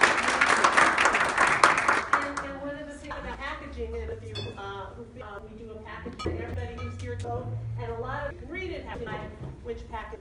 So let's see. Because we're still kind of paving new ground here, being that we're streaming, not just trying to stream on the web, but we're actually successfully streaming across the globe. And we've already had emails and communications from all over the place, from France, from Italy. So we want to say bonsoir to our French viewers, buonasera to our Italian viewers, and we even met some folks in China as well. But there's a little bit of a delay, but we want to thank again Comcast, who's made that possible. That's you talking right there. Yeah, I know. It's like a mirror. You know, you have two mirrors and you see infinity. You want to be in this picture too. I want to be in the picture too. You're there. Anyway, we're very excited about that. I mean, this has really expanded the whole what's happening today to another realm. Did you already tell them about someone in France talking Yes. about? Yeah, we we just did that while I was doing housekeeping. While you were doing housekeeping. They're still doing more housekeeping. I want to tell you all, some of you just came in. I actually noticed a couple of my judges. I have packages for you later and name tags. Welcome. We'll have a break after the next speaker. If you don't have a program, there are programs. And you guys just need to let me know when you're ready. Are you ready? Yeah. You are. Yeah. You guys are so good. Thank you so much. You want to go ahead and you because you're so good at this. I'm just going to hold the stream. I got to tell you, this next speaker is just, he never ceases to amaze me. to amaze me. He has so much information and is so knowledgeable about water, the municipal industry, infrastructure, and he's been one of our biggest supporters for just about since the very beginning, huh, Scott? Yeah, we can't get rid of him. No, I didn't say that. I wouldn't want to, because Scott has been there. He's been a judge many times. He's been a backup for me. He called even yesterday and said, "You need anything?" I mean, he's always right there. And his qualifications to speak, they won't fit on our website. They won't fit in the program, so you can read all about it. You can read more. I'd like to introduce to you my good friend, Scott. More hugs. I love my job.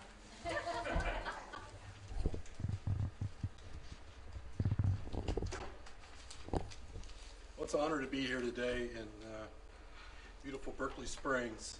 I'm going to talk today about going green in the water industry, basically the water reuse, on how we're reduce our consumption in the municipal side of the industry.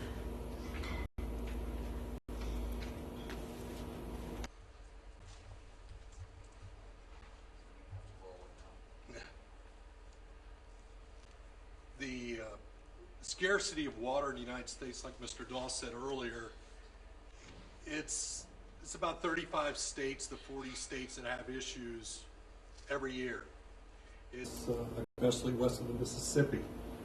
The of typical drought map, it's always moving.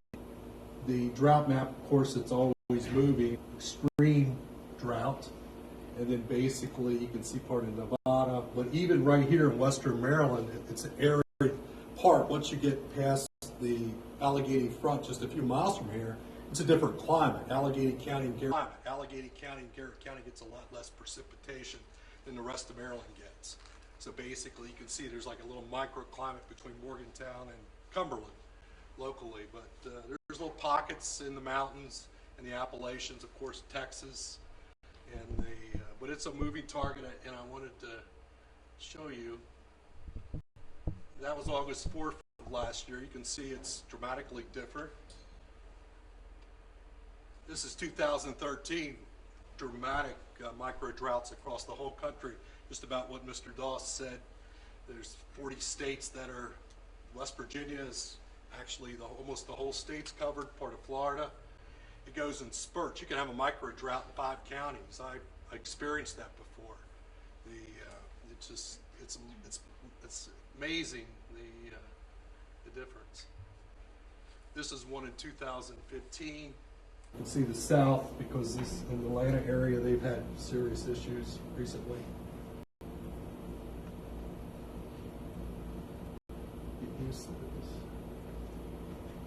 And there's that was, I'm sure you heard about it. They're fighting a water war down there, trying to get in federal court for the last 20 years, trying to get water out of one river because they've ran out of water. It's a huge issue. And that water's impacted the Everglades as well. What's that? That water that they're drawing in Atlanta. Yes. That's part of the fight in the Everglades because they're not getting enough water to the Everglades. Right. So basically, what do we have? Is it climate change? Is it high impact development? Is it world population? I say it's all three. Certainly, world population has tripled in the last 50 years. United States population has doubled in the last 50 years. And of course, our rainfall. Let's take a look at that. About 2.5, 3 inches more rainfall a year today. You can see the massive amount of rainfall we've got in the last 40 years than we had the first part of this century. It was much drier. But the problem is, you have spikes like this, even across. This is the West Coast. Even the West Coast saw like almost 50 to 80. The same time, the East Coast never saw that spike. It went the opposite way. But you can see in the East Coast in 1995, this is crazy. Unbelievable. But anyway, so we had 77 inches of rainfall in 1995. Most in the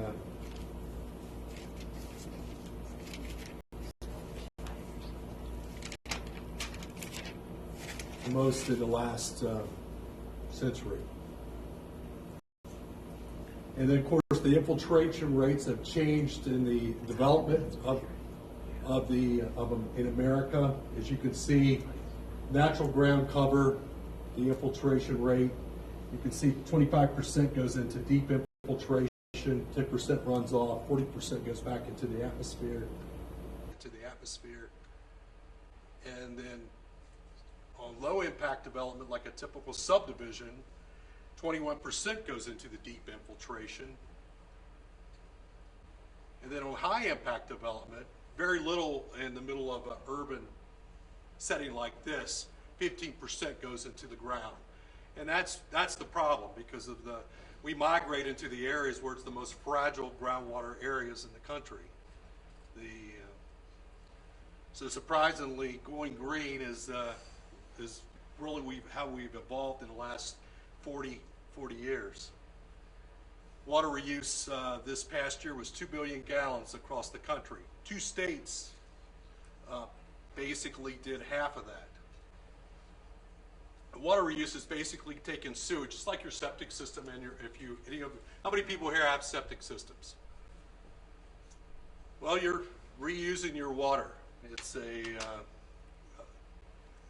basically the water goes out to your drain fields, migrates through your soils, and then your little individual well that's 100 feet away, it should be. Basically, you're pulling the water up. It's your sewage effluent coming out of your drain field. That's basically what we're doing now, but it's on a wide scale. Wastewater plants are actually doing this in the drier states like out west, and certainly in Florida. Some of the ways we're using water is toilet flushing, of course, vehicle washing, crop irrigation, and of course all the municipal golf courses in Florida and California. In these 2 states, they're doing about half of all the water we use. Florida, of course, is all karst, and the Florida basically, the high impact development has sealed off all the karst aquifers where you're just not getting the groundwater to enter anymore. That's what, and so Florida basically is really actually recycling more water than California. And I'm going to tell you about the best water reuse project in American history. It's Orange County, California. They basically lost their water back in 1964 through a Supreme Court ruling. All their water they were taking from the Colorado River went to Arizona in federal court, and then basically they had to make a decision. It was a hard decision because nobody had ever done this. It's take sewage effluent and use it for drinking water. So they built the Water Factory 21. And Water Factory 21 basically is the effluent out of a sewage treatment plant, and they're injecting it into a groundwater aquifer and pulling it out on the other side with wells, just like you have at your house. It's just they're pulling the water back out, and it's a big circle, just like your septic system works at your house. And you can see the extraction wells, and this is the injection wells here, and then the water is pulled. It's like the bottom of a valley. It's like the alluvium valley where the water is just pulled through and filtered, taking all the particulars out of the water. So they basically do chemical clarification, air stripping. This is 1976. The Safe Drinking Water Act was implemented in 1974. So before that, we were really regulated by state health departments across the country. And of course, they had activated carbon absorption, and this was osmosis. It takes everything out of the water. Chlorination and blending, and then they did the injection. But you could see, we're going to be talking about lead later, but you could see this is before lead limits were changed. The original Safe Drinking Water Act lead limits were 300 parts per billion, or 0.03 parts per million. There was only 27 contaminants. on the original Safe Drinking Water Act. And today we have over 100. So, but you could see now it's 15 parts per billion is the level for lead. But that's what the original Safe Drinking Water Act looked like. That's basically what it looked like in '74 when President Ford put it in the law. And of course, it doesn't look like that anymore. We use a lot less water today, like I said, because we're doing water reuse. And when I got in the industry in 1977, we were using 260 gallons per capita per day for a typical household. Today we're using a little over 165 gallons per day, which is about 80, 90 gallons less per household. And it really, you can see it on here. It's about 260 million gallons a day, or billion gallons a day are drawn across the country, and yet the population has gone up to 320 million. So we're using a lot less water in the United States, which is, I find it very interesting. Just 250 or 856 billion gallons of water. That's a 4-day supply for all of America. When a mountain of water went down, this is the Baton Rouge station. It's really the last good station. You can see that mountain of water before it goes into the Gulf. But that is a lot of water, almost 1 trillion cubic feet per second. From St. Louis station to Baton Rouge, it took about, I think it was 20 days, 17 days. It's very slow. It's a wide river, so it's not what you think it is. Potomac is a lot quicker river. So this is a lot different than it was when I got into the industry back in '77. Faucets use 24% in our house. Wash machines use 22%. Showers is 20%. Our toilets today only use 18%. When I got in the industry, they used about 50%. Low flush toilets. And leaks are still a huge issue, even on municipal systems are unaccounted for water. Most utilities across the country is over 20-some%. So for every 100 gallons we pump, it's about 20 gallons is leaking out into your aquifer, really. But in your household, it's about 9%. Most of the time, it's a toilet leak, flapper. And then 3% is just odd miscellaneous things. And nobody takes a bath anymore. In the old days, this would have been, when I got in the industry, it was probably 12%. So the solutions. Well, we all got to work together a little bit better. We do very poor communication across the board on all levels.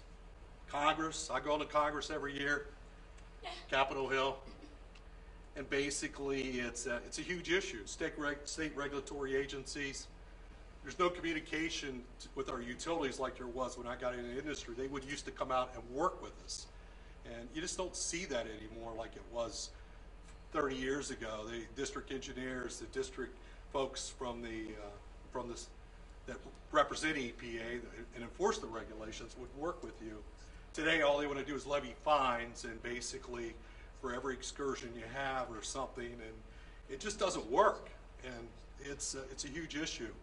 But that's just a little bit on what we're going to talk about later.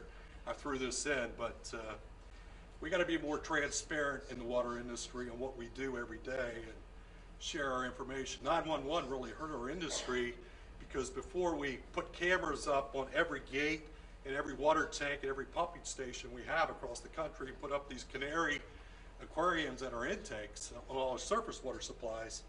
Basically, we used to be advocacy was just part of our mission statement. But we don't do that anymore because of the liability in the states, pushing security. Well, you can't make a utility secure.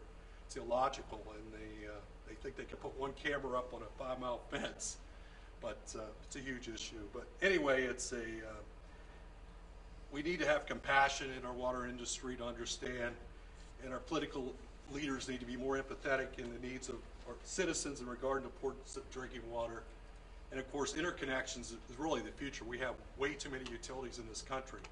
We have 52,000 community water systems, And it's a huge issue. I don't know how you could have a mid-sized utility with 5,000 taps or less and stay in business with the regulations that are coming down and the next set of regs coming down from EPA. It's very difficult. But water reuse is we've done a good job. We're basically adding about 15% each year in these drier 35 to 40 states across the country. We do water reuse projects around here. First one I saw was in Emmitsburg, Maryland. They take their wastewater effluent and they apply it to a field. It doesn't go to a receiving stream. But that was built with the EPA special funding years ago. But there's a lot of projects all around us in this region. But is there any questions? Anybody have any questions on my presentation? Yes, ma'am. You said less by 80 per household Per day. We're using a lot more water today because of our water saving devices, especially the wash machines, the toilets, and we're just more water wise, more water conscious. Yes, ma'am. One of your last slides that tried to advance itself. I couldn't. I'm sorry. I apologize for this magical, this person.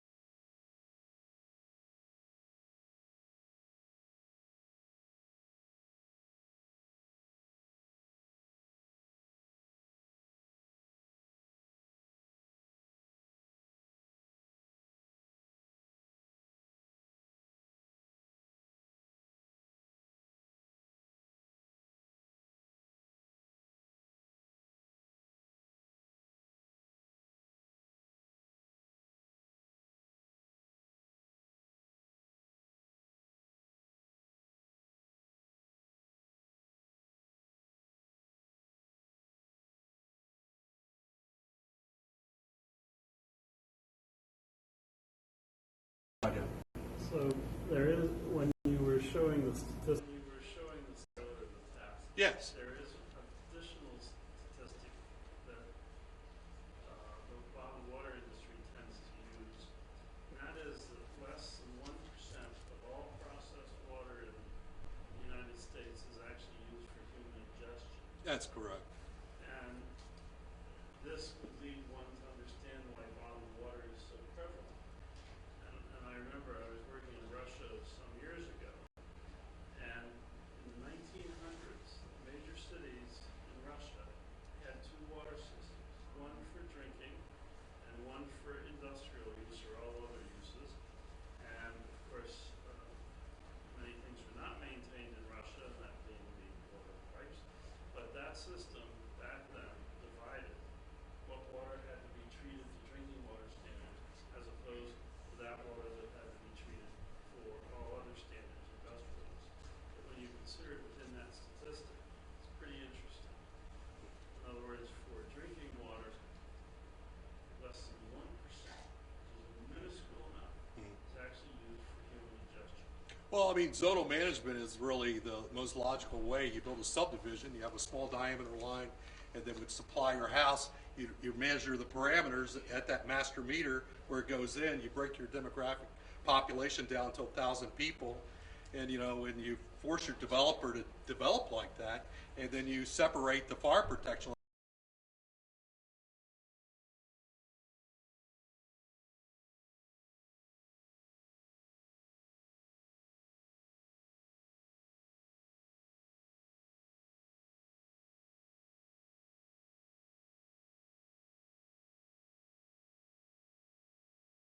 turn the water over 17 times a day in a 1.5-inch diameter line for a population of 500 people. That's the logical way to do it, and measure the parameters that they come in with which we do at our plants now with computers, and then it's called zonal management. But they've been doing that in Europe for years.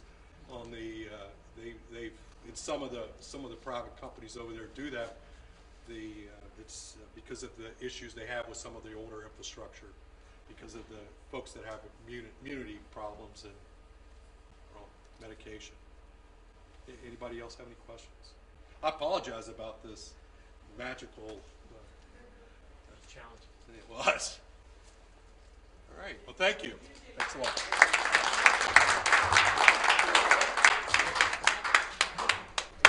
Okay, so if our next speakers could get ready while we are... Well, we tell you about stuff. Are you getting thirsty yet, by the way, folks? Because the good news is about 30 minutes from now is a break where you can go get something to drink.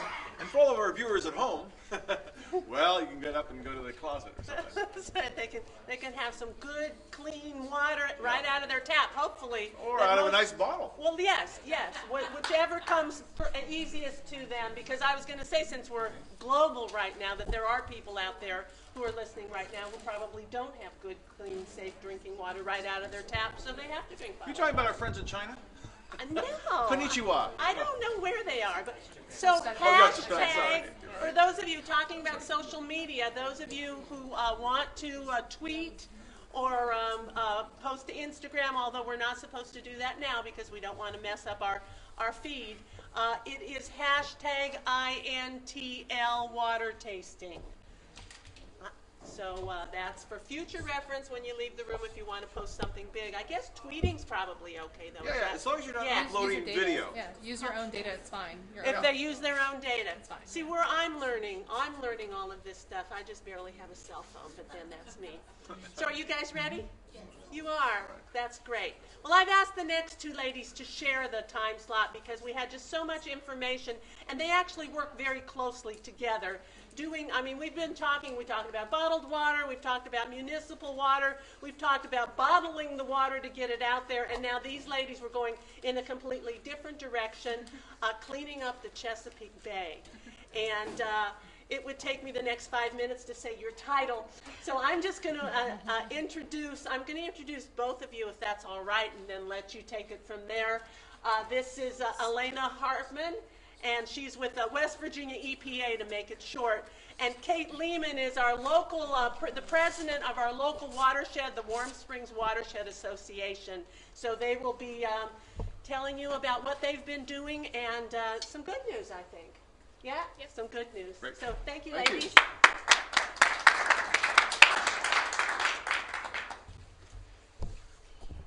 Thank you for the opportunity to talk to you. We are going to try to make some connections to the rest of the presentations today. And I chose this title, The Bay Starts Here. I hope you'll understand why in a couple minutes. And it's part of our new logo for our West Virginia Chesapeake Bay Tributary Team. No, it's not working at all. There we go. Okay, this is a graphic of the Chesapeake Bay estuary. It's kind of between Maryland and Virginia, the eastern shore of Maryland, Virginia. I'll show you a map in a moment. But there's a national impetus for cleaning up the Chesapeake Bay. It has been recognized as a national treasure because it's the source of these lovely striped bass and oysters and Maryland blue crabs. And it's a good economic engine and a recreational area and a cultural heritage for our region. Of course, we don't share any of the shoreline here in West Virginia, but we have a lot of rivers that flow into it. The Chesapeake Bay has some dead zones that are of concern, and they have been for many years, and there's been a cleanup program since at least back to 1985. The problem is that the nitrogen and phosphorus and sediment flowing into the bay has started to, and it has been smothering the oysters, and the oysters are no longer able to filter the nutrients. And nutrients lead to something called eutrophication. That's fine, but where a lot of algae grows, that's fine, but then when it dies, it again blocks light from hitting the bottom, and the bacteria working on that algae rob the water of oxygen. So that's how you get those dead zones. Now, we also have problems like this here in West Virginia. We have some fish with lesions like this. In the South Branch River, where I live in Romney, we have male fish that have egg precursors in their male reproductive organs. So, we're not sure exactly which pollutants are leading to that. We have blue-green algae blooms, which can put off toxins, which can be a concern for our drinking water intakes, and also for the fish that are spawning in the spring when they're all stressed out. Those toxins don't help. So this is what I mean by the bay starts here. We have some of the same concerns. Our waters are suffering, but also this helps us become more passionate about working on a bay that's so many miles downstream from our state. So here's the map I was talking about, and here's the Chesapeake Bay. And West Virginia has this kind of arm coming out to the east into the Chesapeake Bay watershed.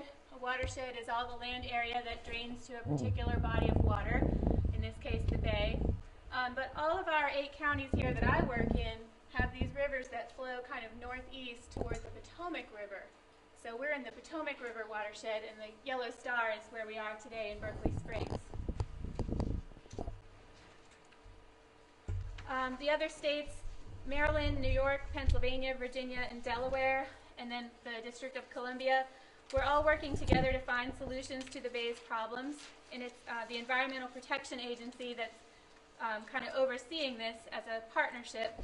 But they also have this legal mechanism, the Total Maximum Daily Load, which was written in 2010. And each state had to write a WIP, or a Watershed Implementation Plan. We are now in our second phase of this, and we will soon be starting the third phase, getting more specific for the last long haul, which is 2017 to 2025. And then we have this where we keep trying to get it right. It has said in letters to our administrators that they will employ federal actions or consequences, including withholding funding for Clean Water Act programs and more.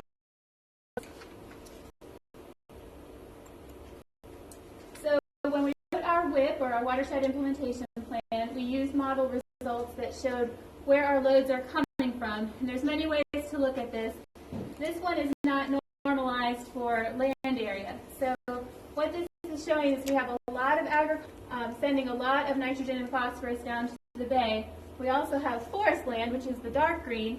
We can't really do anything about that because forest land is the best condition for a watershed when you're talking about water quality. The problem is we have the Monongahela Forest and the George Washington Jefferson National Forest. We have a lot of forested land area. The streams are doing great in those areas, but they do deliver, a little bit of these pollutants per acre. We have a lot of acres. I just wanted to show you the other sectors of pollution, though, are wastewater, developed and industrial, which would include like towns and where people live, and then atmospheric deposition to non-tidal water. So because of all those sources, we had to get a tributary team together, and it's all these state and federal agencies and nonprofits. And then I want to kind of get to this point here, the watershed associations and project teams and local governments. And Region 9, we have Matthew here. They're all working on this issue. And many of the people representing these groups, I help facilitate, and we try to act together and communicate. But the local involvement has become very, very important. That's because in our WIP, we have all these sources that are not regulated. So we have some regulated sources and then a lot of non-regulated sources. The wastewater strategy gets a lot of press, a lot of attention. This is a picture of a plant in Moorfield that was replacing 2 Pilgrim's Pride wastewater plants and some package plants. All of those waste streams will now be treated to a higher degree for nitrogen and phosphorus and then discharged into the South Branch in one big pipe. So that's a regulated strategy that has really actually helped us achieve a large portion of our phosphorus goal already.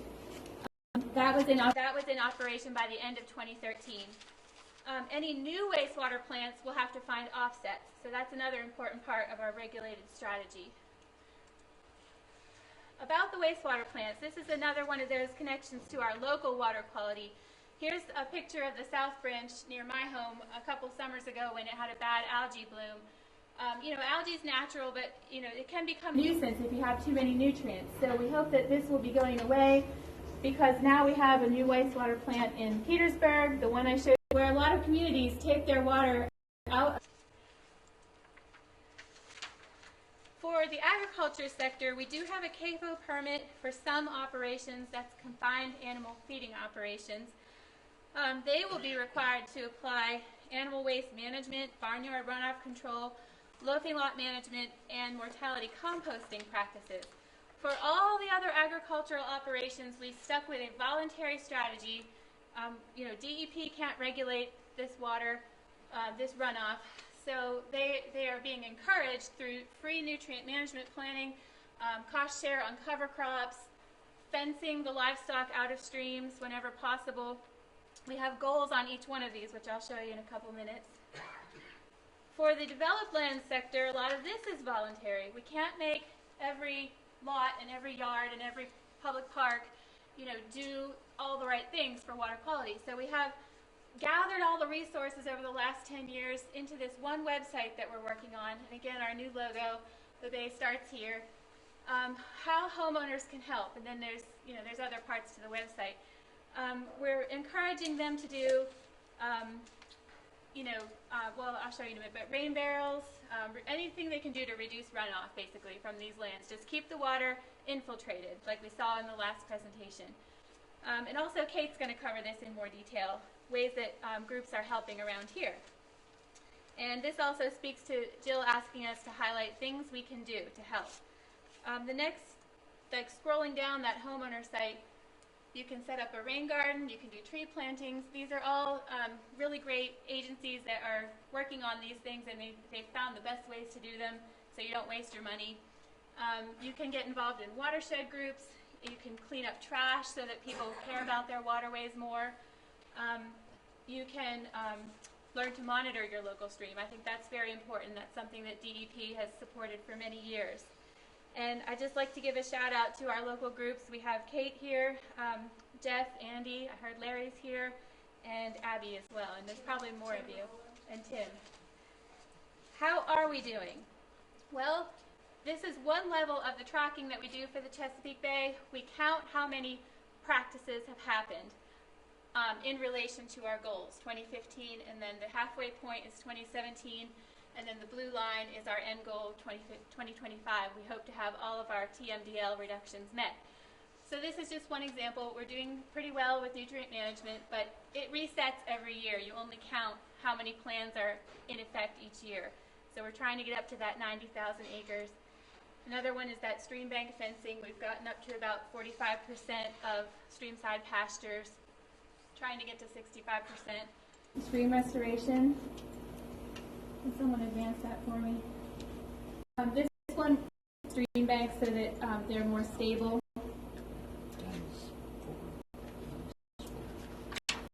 Another way we track our progress is through the Chesapeake Bay Watershed Model. Advance, please. And we're getting a new version of the model next year, and that will enable us to write a new version of our plan so that it will be more accurate, more informed for the next 8 years. Next slide, please. The model results that we get every year after we input the best management practices we've done, these are showing that we're doing pretty well. Our nitrogen, here the green one, 2015 so far, we're on track to meet our 2017 and 2025 goals. Next slide. Same for phosphorus, again because of those wastewater plants and all the other practices people are doing. Next one. And then sediment, which is measured as total suspended solids. Next one. The Chesapeake Bay program also has its own way of tracking progress, and this has to do with all kinds of measures that they keep track of, like how many blue crabs there are, how much land has been conserved, and they have a new website just launched last week at chesapeakeprogress.com, and you can also drill down to each individual state's progress. And my last slide is the actual water quality monitoring done by all kinds of communities across the watershed, coordinated by USGS, which is well known for its scientific integrity. And they are finally showing us that, they take a long time to decide that the data is ready. That the data is ready for public consumption, and it has enough credibility to slides that show which tributaries are decreasing trends for nitrogen and phosphorus and sediment, and which are increasing. And then we're starting to drill down to see why is that. What do we need to put resources toward? So this is the exciting news in my world right now. Introduction to Kate. I'll bring her up here. She's the president of the Warm Springs Watershed Association here in Berkeley Springs. Thank you.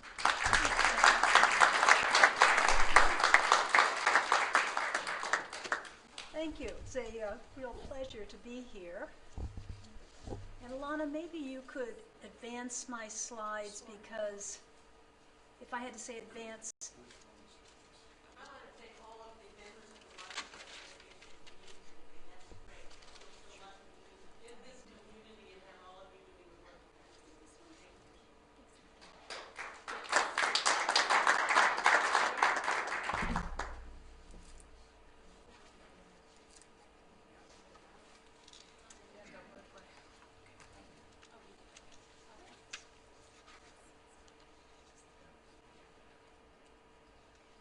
no doubt you're here today because you are unique in your positive attitudes towards water. Too often, people only think about water when it's a problem. Warm Springs Run, which flows directly in front of this building, suffers a similar fate. As it makes its way from the headwaters of Warm Springs Ridge, the run is largely out of final course. Many people barely know the run exists unless there is too much of it, which is to say it floods, or there is a hazardous spill, something that has happened twice in the past 4 years. Here in Berkeley Springs, which has long been famous for its outstanding waters, we're enough water for our basic personal needs. To be certain, Warm Springs Run is not and never will be a source of water for the town. Even so, the mission of the Watershed Association helps to protect and preserve adequate supplies of safe, clean people living in the watersheds downstream, including the Potomac. Warm Springs Run has long been and continues to be an impaired stream. Years ago, raw sewage and waste from manufacturing was dumped directly into the run. Over the years, concerned people like you have remedied these situations by working for change. Today, the primary threat to the Warm Springs Run and its watershed is uncontrolled stormwater runoff.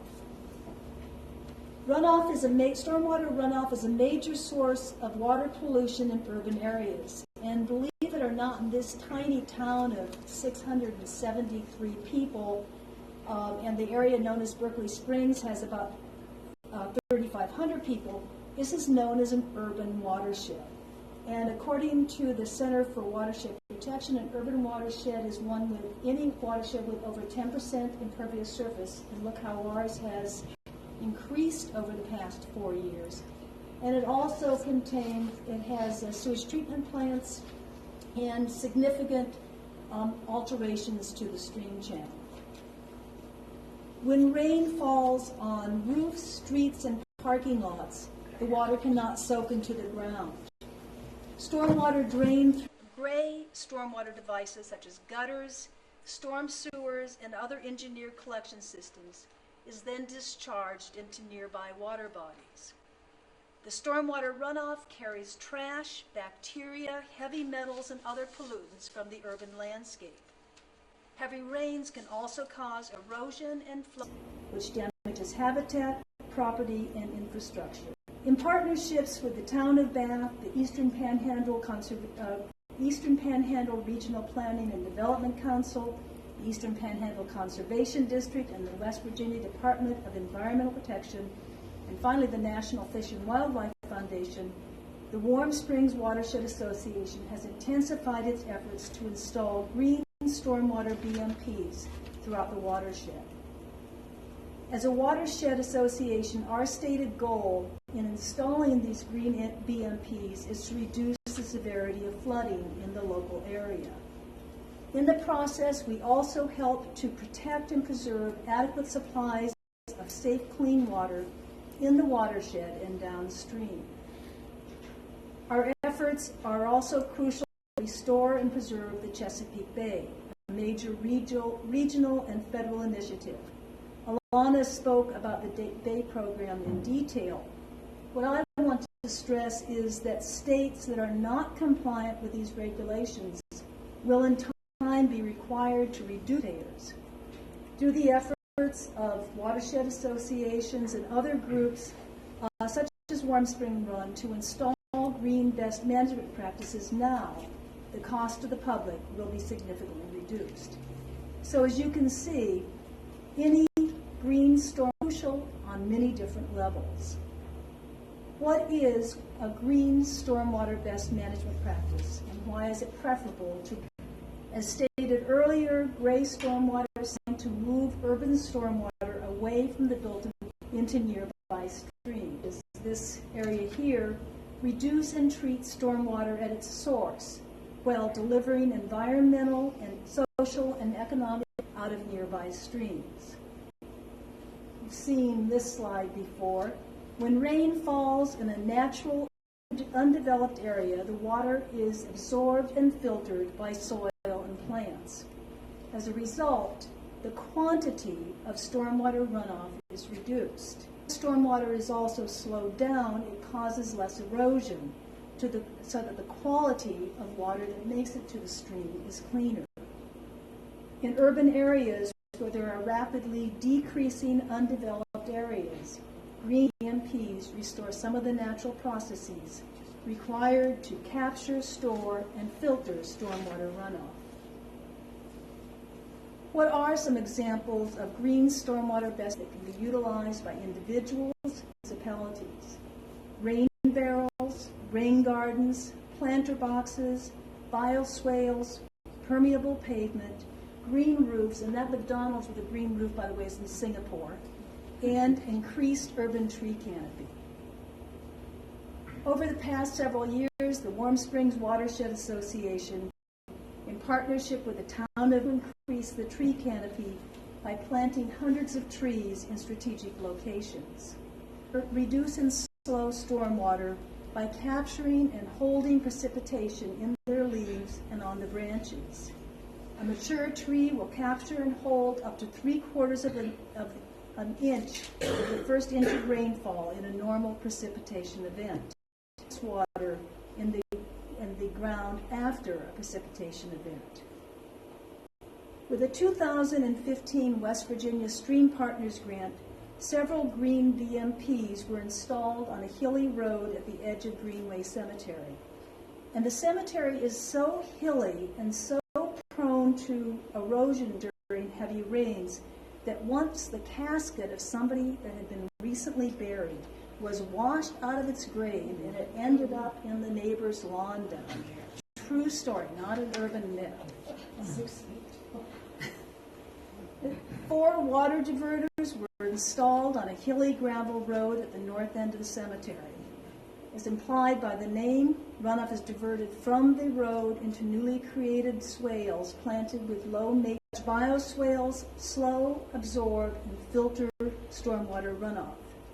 Water is also collected in trench drains that have been situated in front of the existing culverts.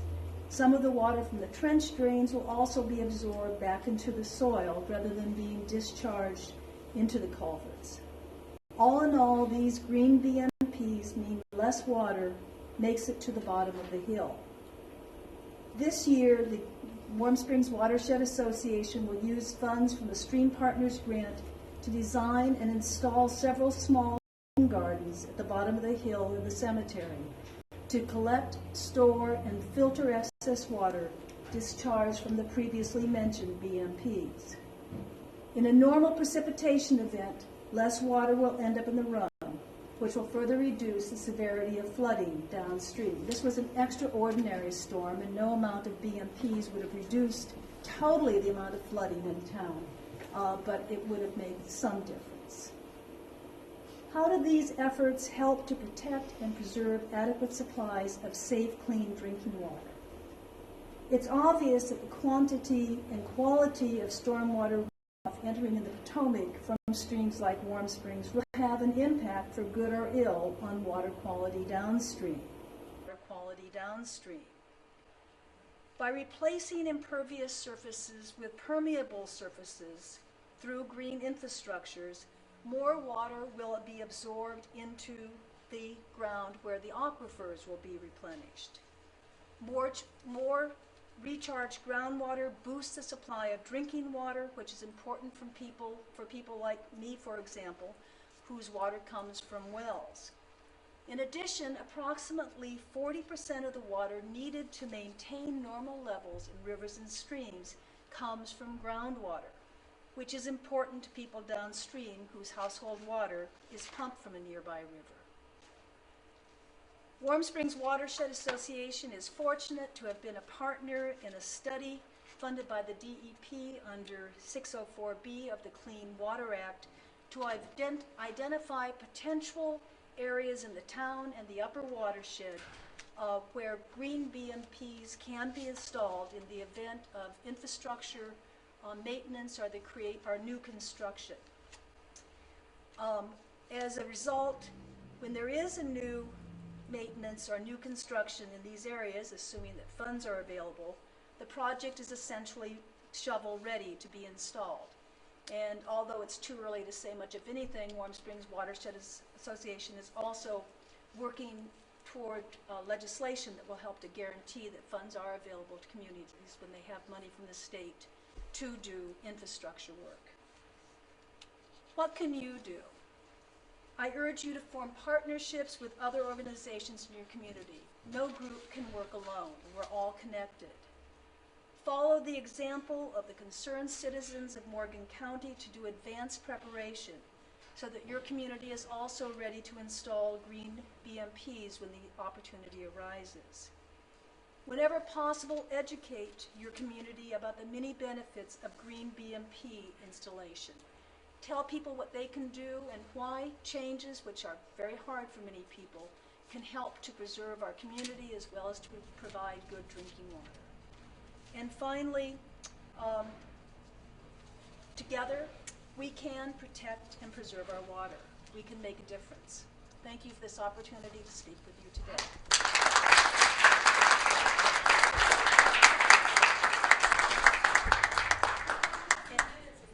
Sure, Alana, are there questions for Alana or for? Well, I did have a question. Yes. Alana, what is your contact information? The slide went by so Oh, quickly. sorry. And do you also have contact information? I do have contact information with me. ALANA.C as in cat .hartman@wv.gov. And you can Google her name and it comes up. At WV. Yeah. Are there any statistics on the production of pharmaceuticals in water? I don't have any. Yes. I have a question for the DEP. The Moorfield chicken plant what's the nitrogen loading out of that plant in comparison to the population in the South Branch watershed? I don't know the answer to How that. many chickens are butchered there? Do you know that? I mean, hundreds of thousands. But Yeah. when that waste stream got rerouted to the new regional wastewater plant, and then became treated to the lower levels I was talking about, it really did help us meet our phosphorus goal very quickly. Right. So. I mean, I was on the Romney Bridge and on the Route 50 bridge a year ago, and Christmas time, well, I don't know, it was like on the 26th of December 2014, and I saw some really disturbing froth look like that. As far as I can see, upstream and downstream on that South Branch watershed. And the film is on YouTube. Anybody can see it. I launched it, so I shot it 2 minutes, like 2 minutes. But you can see it. It's like a meringue froth that's basically all back in the eddies, and as far as you can see, upstream, downstream. And it was like the 26th of 2014. And like I said, I inventoried the whole Potomac River shed, you know, except for Anacostia, and let this stiff froth. And some of it was like big slicks, and some of it was, you know, I've ran a wastewater plant, you know, and worked around that all my life. But it looked like it came out of a, you know, out of a stabilization plant or some type of industrial. Not sure. I was just curious. If Romney, whoever saw that, or I don't seen remember. that on the river? I mean, I don't remember hearing about it, but Okay. Well, I got a lot of hits on it. So. well, I was gonna say, if that happens again, or if any of you see something in a West Virginia stream, you can call our spill line, which is on our website. I don't know it by heart, but it is a toll-free number. And then there's a water reporter app that Potomac Riverkeeper promotes that you could take your video and put it on there, and then Potomac Riverkeeper would call our inspectors and tell them where it was and when and what to go look for. So we do have other partners out there being watchdogs for Well, that. it's certainly upstream of the water plant there, Romney. It's, as you well know, That would be disturbing. it was disturbing. The west branch of the Conococheague is disturbing too. So you have those two red X's on the right watersheds because they are stressed from the agriculture that's in both those basins. Tim. Oh, Tim. Elaine, you showed the pie chart that had the phosphorus exposure coming out of the forest, the monogallic forest. So Yes. Is that normal, and what is that? Yeah, it's just from regular decomposition, just the regular ecosystem processes. And Leaves breaking down? yes, so it's normal, but like I said, anytime you add impervious cover to a forest or cut down the trees, that load becomes way higher. So the forest load is as low as it can be, but when you multiply it by the thousands of acres, that's what makes the pie chart wedge so large.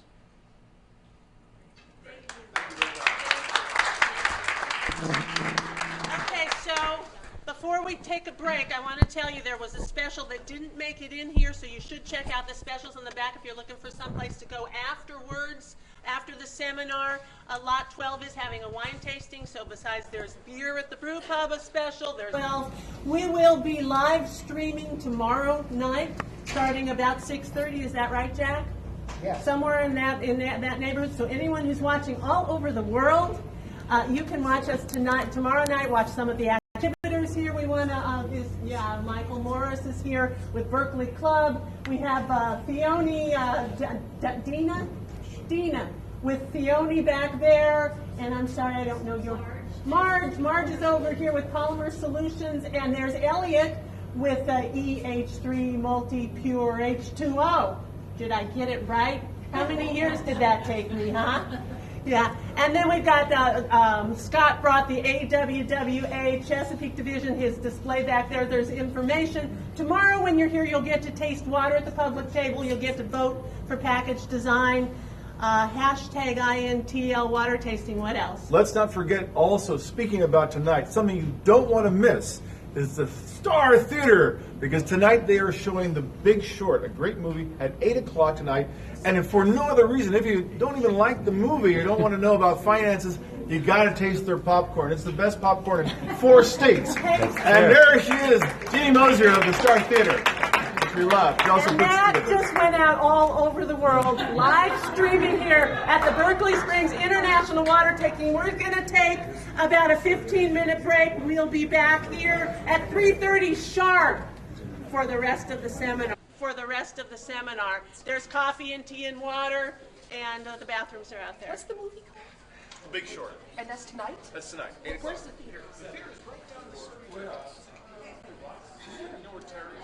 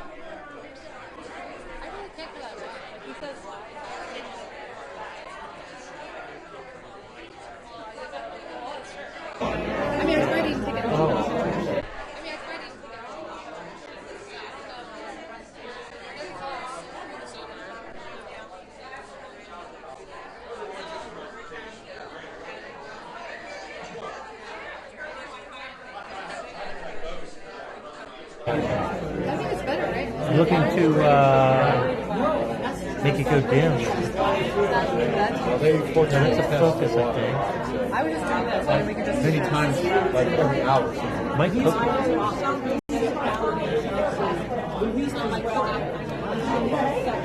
it shuts off.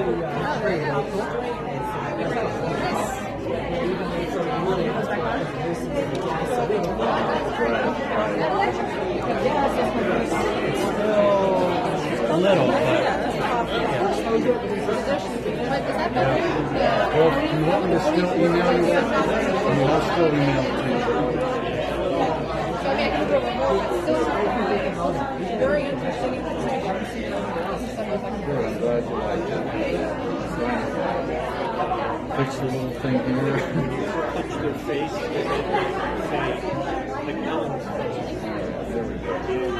Touch the subject that you want to expose. You and I have talked several times. We've shot this to work for the review. How many times have I called you? And I'm like, oh, I finally put a face to a name. I know, I'm a judge today. I'm a state judge. Where do you live now? I live in Glasgow. Okay. I'm a part of the When did that happen? Earlier? Like, did it happen this morning? Tomorrow. They just no, this is my first trip. They called me 3 years straight around. All right, fine. Do you have preferences in your life when you push by water? Do you go for Actually, I do. You do? That's good. That means you can at least distinguish it. I mean, I haven't. Just tasted my catch that people. I mean, I used to drinking out of a tin cup That's okay. when I was raised. So whatever that tastes like is Yeah, probably what you like exactly. best. So anyway, I just went up and I've inventoried every 100-gallon per minute stream and larger in the whole watershed. Videoed it and went out and I'm not, but I wanted to. It's tough for me to go to Congress and talk to congressional members. And see it for yourself to see where all this. The county Kajig is. Where can we see that film with that frog going? It's online. Just Water Advocacy is the name of my What's it called? Water Advocacy. I've got the whole Potomac River shed on. I have all Potomac River watershed are my videos. So the first 200, they all belong to me. They did a dump. It looked like a dump to me. It looked like a plant dump, and it looked like. It was cold that day. It had to like be solidified, didn't it? What's that? Was it solidified? It looked like chicken fat. It looked like to me. It looked like a meringue pie. Well, you know, all the water system in Romney comes from that. That's what you would say. South Branch. Right above our intake. Well, it wasn't your intake. It was right there. The intake's right there at the river, at the bridge. I filmed her intake from the bridge. I'm on the bridge. I mean, I thought it was hilarious. That's my beat. That's where I write in most of my work. I couldn't believe it. I said, "You got to be kidding me!" But I knew, I didn't say it in my wording because I couldn't. But I knew where it came from because I know how many birds are butchered in that plant, and I know what the nitrogen loading is on the river because I've done the calculations. They had some major issues up there.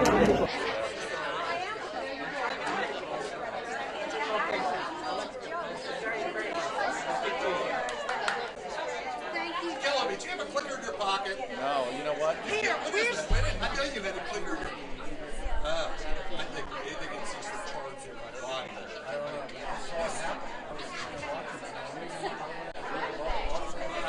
I thought I said joke. I mean, Mr. Cross has got a clicker in his pocket. How many was it?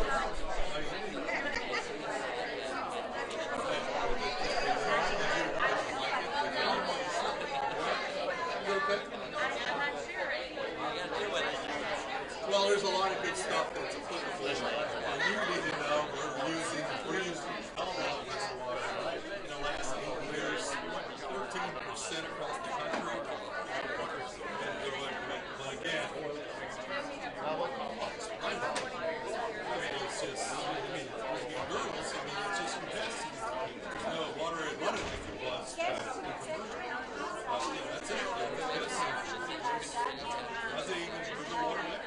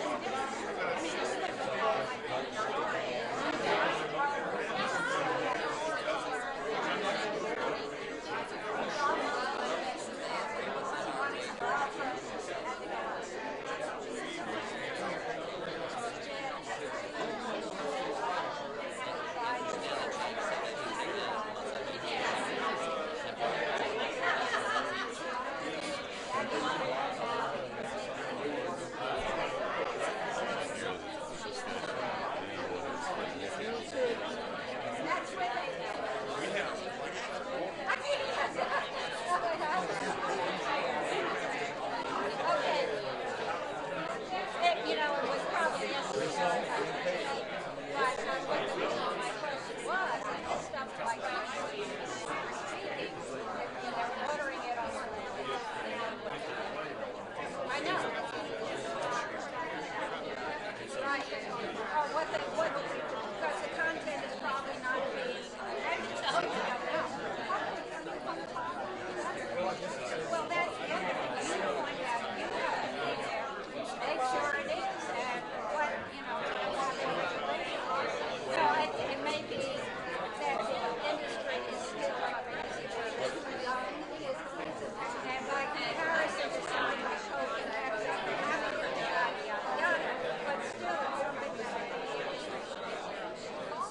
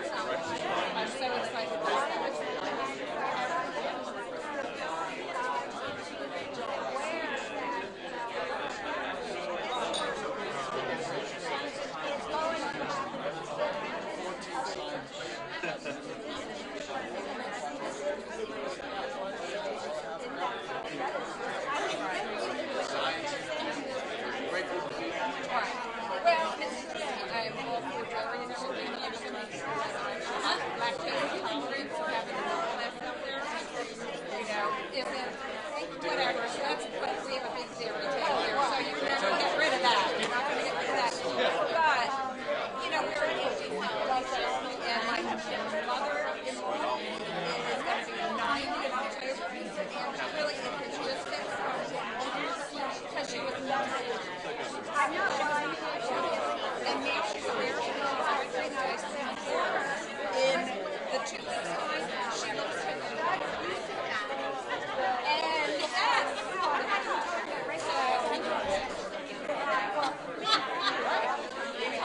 so thank you for all the good information. Yeah. All right. Good. And I noticed that you all like the blue ties, and it's the light blue ties, and I really did notice that today. I think it's very nice. It goes with the whole idea of water. Yeah.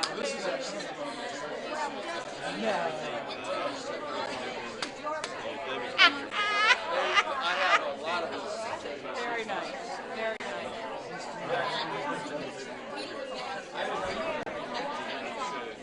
Thank you.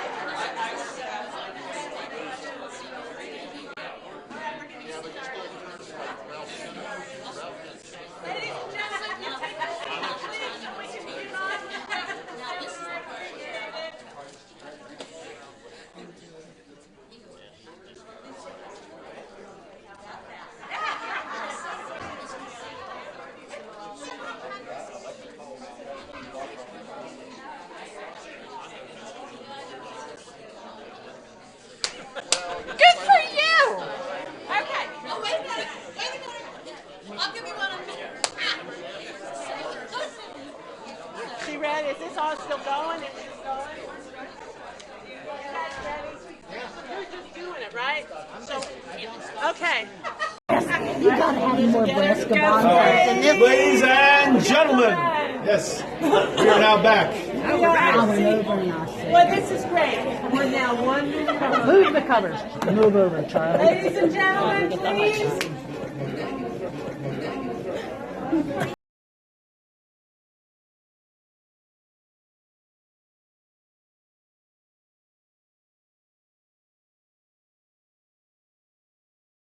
Anyway, I'm texting to a viewer.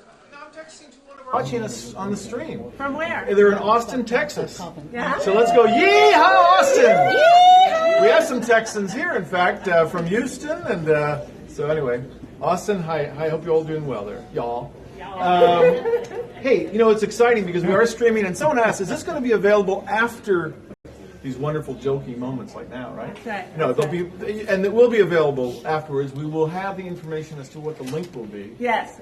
Coming Except up. we just don't know how that's going to happen because this is so new. This is the first time ever that this has worked the way it is. Thank you to Comcast and Jack Kelly at the Digital Media Center for the Morgan Arts Council and all the people here and all the people around the world who are watching this seminar. This information it will be out there beyond today. And as soon as we find out where you can access that, you can go to our website, berkeleysprings.com, and the information will be there. So keep tuned. Come visit us in Berkeley Springs. Yeah. You know you want to. You'll have fun here. We have great humor here. Yes. Like the one about the dog. No, we're not Oh doing yeah, that. there's the one about the dog. You got to hear one, right? Hurry. Hurry. A dog walks into a bar and goes up and the bartender says, "What do you have?" And he goes, "I'd like to have a gin and tonic." And the bartender says, "Okay, but why the big pause?" He says, "I was born that way." There you go. Okay, moving right along. They're laughing in China. I'm really sorry, Brian. I apologize. Really? All right, we have a very important speaker coming up now because Brian Mass was formerly with the Environmental Protection Agency, and we're dealing with a subject that's true to everyone's heart right now, and that's the security of water in a changing world. So without further ado, here's Brian Mass.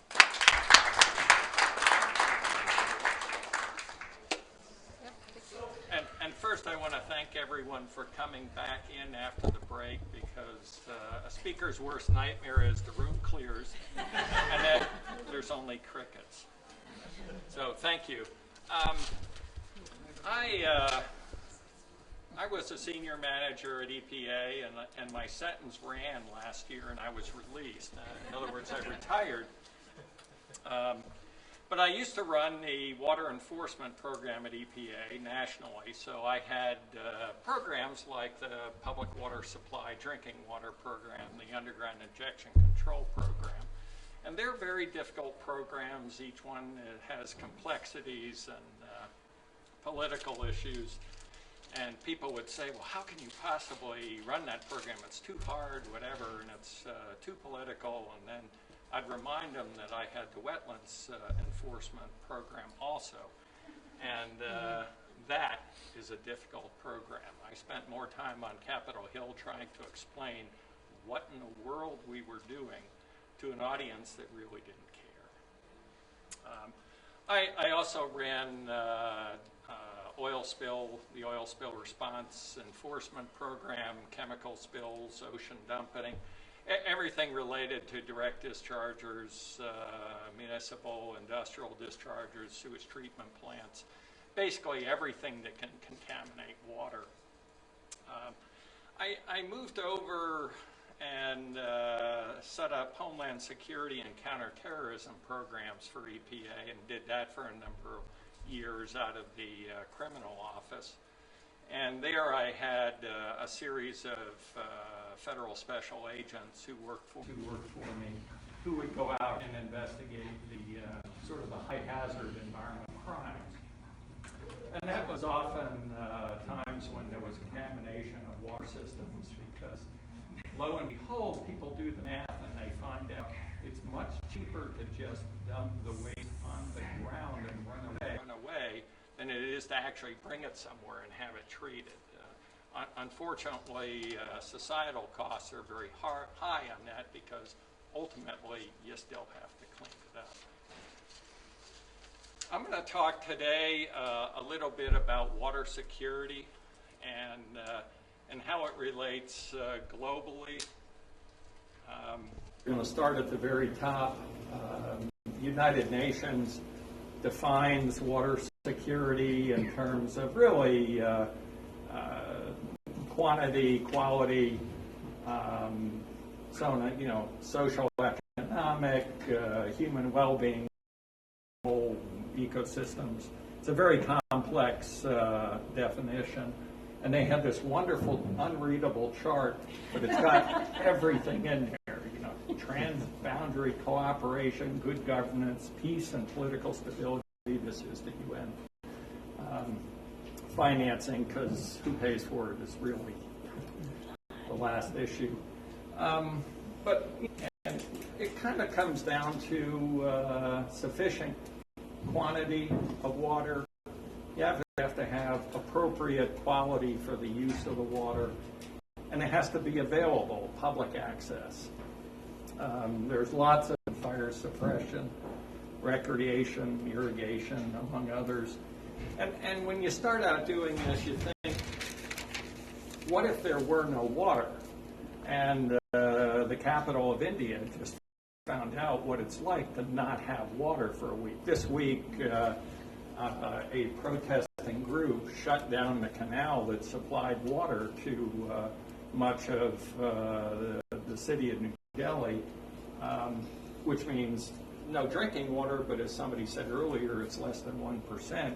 What you really don't have is fire suppression, or you like to have in a society, particularly in a large city. You start doing the math on what happens when you don't have those, and it gets ugly very quickly. You also need, there's a lot of global threats to water, and this is sort of the mega threat. Certainly things like population increases, lots of political issues. There have been wars fought over water rights. It's a difficult issue. Climate change, certainly. And that's a serious problem for availability. There might be enough for everybody, but now it's over here, not over here. Suddenly it's a large political problem. Even here in West Virginia, the state looks at threats to water systems. And I'm going to talk a little bit about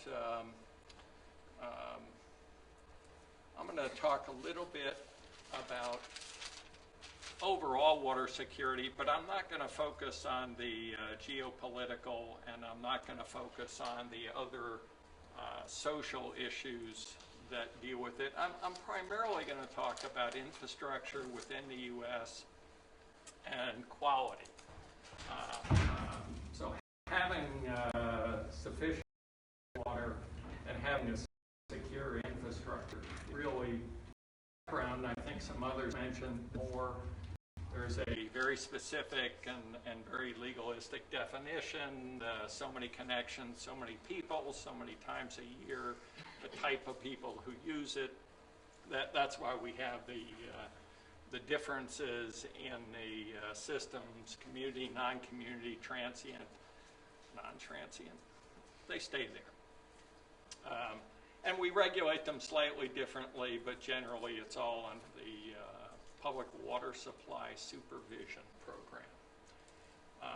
We have basically 2 drinking water sources, luckily in the United States, other than some very specific areas. We have a reasonable water. It isn't always where we want it to be, but we're blessed with a reasonable amount of water. Most of those supplies, the vast majority of people get their water from surface water, and those are the largest systems. A high number of systems get water from groundwater, but it's nowhere near as many people per system.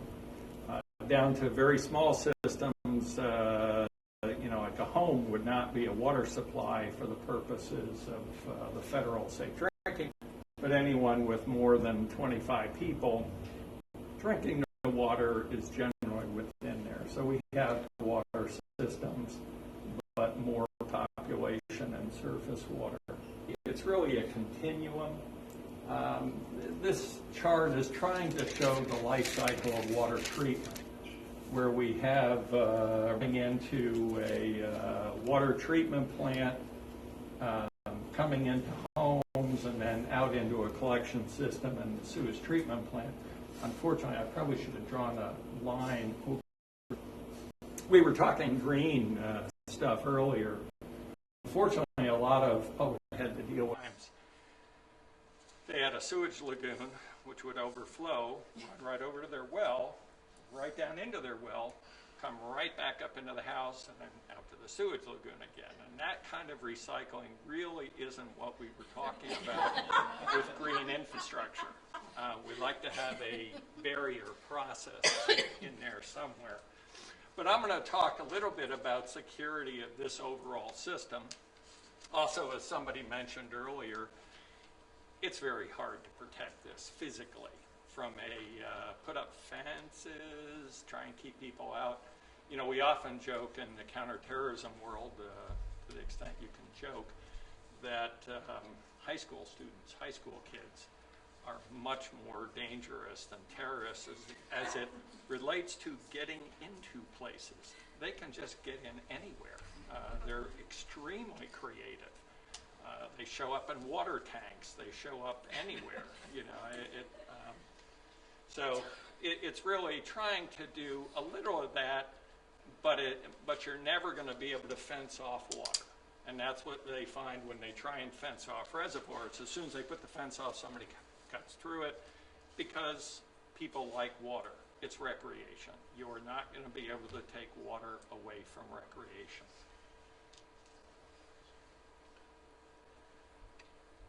So I'm really going to talk about 3 threats to public water supplies. And these were the ones we were most concerned with. They're general things. But source water contamination, whether that's surface water, that's a big issue. Even though you have a treatment plant, we like to think of multiple barriers. In other words, if you can protect your source water, then even though you've got a tree problem there, the problem won't be as great if you can keep the source water in reasonably high. And then treatment plant operations, some of the worst injuries are the ones we give to ourselves. There are a lot of problems with treatment plant operations, either through lack of money and so on and so forth. And then third parties, I didn't include the high school kids in there because they generally don't do much damage. They just like to get there and take a picture and then post it. And that would drive people crazy. Like, how did they get into my facility? And look, there's a picture there right next to you. Yeah, get over it. So third parties, and a third party can be anyone who inadvertently or deliberately contaminates a water supply. And in counterterrorism, when you're running criminal programs, you don't know that up front. All you know is there's contamination. You don't know why the contamination is there. You have to assume that somebody is deliberately trying to harm until you find out otherwise. Because to fail to respond, the repercussions of that are just too great. So source water contamination, I can bring back a wonderful example from West Virginia, the Elk River for the Charleston, West Virginia water supply. There we had a large tank of chemicals spill go into the river. We're still going like this over who did what and why, although it's pretty clear that they didn't have spill prevention on site. They had lots of other problems. We'll go back and forth on whether they were required to have spill prevention under the Oil Pollution Act. Maybe they were, maybe they weren't, probably not, who knows. However, the spill occurred and they had no plan for it, and then to the extent they had a plan, they didn't really follow it. And the havoc that causes is just tremendous. You normally, if you have a spill like that, you want the water supply to shut off their water, at least until the slug goes by, because you don't want to bring all that into your treatment plant, because then you got to decontaminate an entire treatment plant or an entire water system, all of your pipes, everywhere, it's a tremendous job. So the idea is you do that. However, when the spill goes on for any length of time, you can't just shut down the intake. You only have a certain amount of water that's put in very quickly. We don't have those things we needed. We don't have drinking water, but that's why we have the Bottled Water Association. And I got very used to dealing with them, because when there is an emergency, as we saw in Flint, what was the first thing that happened? You bring in 100,000 cases of bottled water. You didn't have those. It's pretty hard to bring it in a truck. Well, I can't bring it into my house. But you may more important sanitation, big issues. You know, there are any number of these because you know, we have a lot of sources of contamination.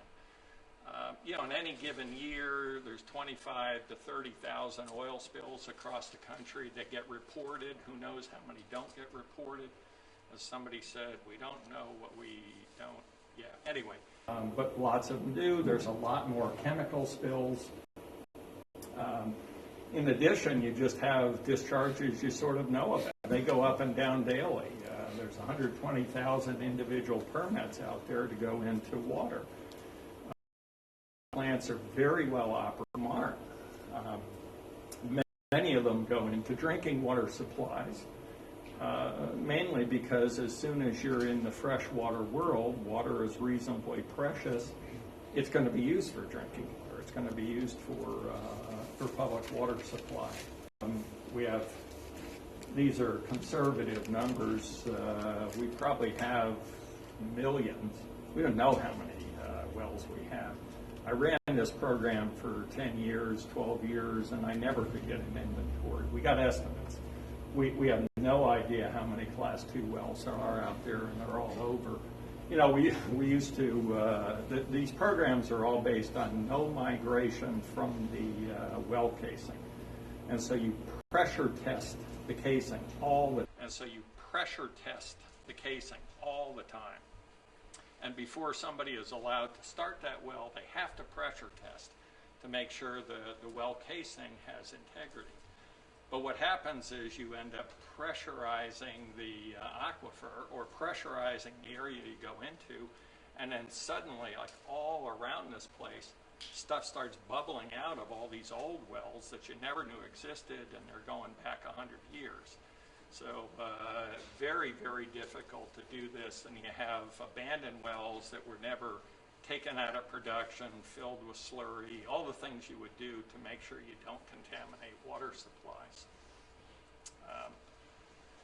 What's a Class 2, Class 5, Class 1? Class 2 wells are oil and gas, and they're regulated slightly differently. Class 1 wells are highly hazardous waste wells. Most of the liquid hazardous waste in the country actually goes into just a fairly small amount of Class 1 wells. It doesn't go to landfills. We inject it. In theory, we have a standard. You don't have to treat. You have to monitor a little bit. You don't have to treat. It just goes down in the ground, and you're supposed to show somehow that it'll be a 10,000-year no migration standard. So my career couldn't wait. I decided to retire early before we would check out the 10,000-year thing. Class 5 wells are sort of wells not otherwise classified. It could be a gas station with a septic field. A septic field is a Class 5 well, except if it's a non-commercial, then it's not. So any gas station that has a septic field is regulated under Class 5. And the definition of a well is something that's deeper than it is wide. So it can even be a small pit. That's an injection well. And for the purpose of injecting, subsurface injecting of waste. Any waste, not just hazardous waste, any waste. So Class 5 wells, there are, again, that's probably a low count. There's probably 2 or 3 million of them out there. And then treatment plant operations.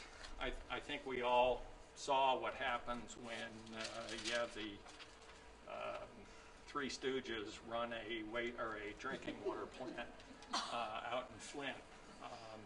Very predictable. This is not rocket science. Very predictable what would happen. I was there in 1990 when the lead and copper rule was promulgated. Complying with it, there's lots of other issues, but it's reasonably straightforward. You put in corrosion control, which they did. So, no, it's been incredible. There have been lots of others. I threw in Milwaukee because it's one we all know about, and that there was contamination in the watershed, but they managed to recycle it. A lot like that small trailer park with the drinking water well next to the sewage pond. In Milwaukee, they just ran it right around. Came right out of the sewage discharge, right into the intake, right back into the population. And it's very difficult to get rid of crypto, even with filtration. Very, very hard. And they're persistent little parasites, so they can break through treatment very easily. And then we just have, given time, and that number is probably conservative, 20% of the systems are involved. My problem when I was running civil enforcement programs wasn't finding violators. My problem was I only had a few people. I had tens of thousands of violators. So which one do I do? So it's, you try and convince them to do the right thing. You try and give them, an incentive, an enforcement incentive, we used to call it, to do the right thing, to get out there.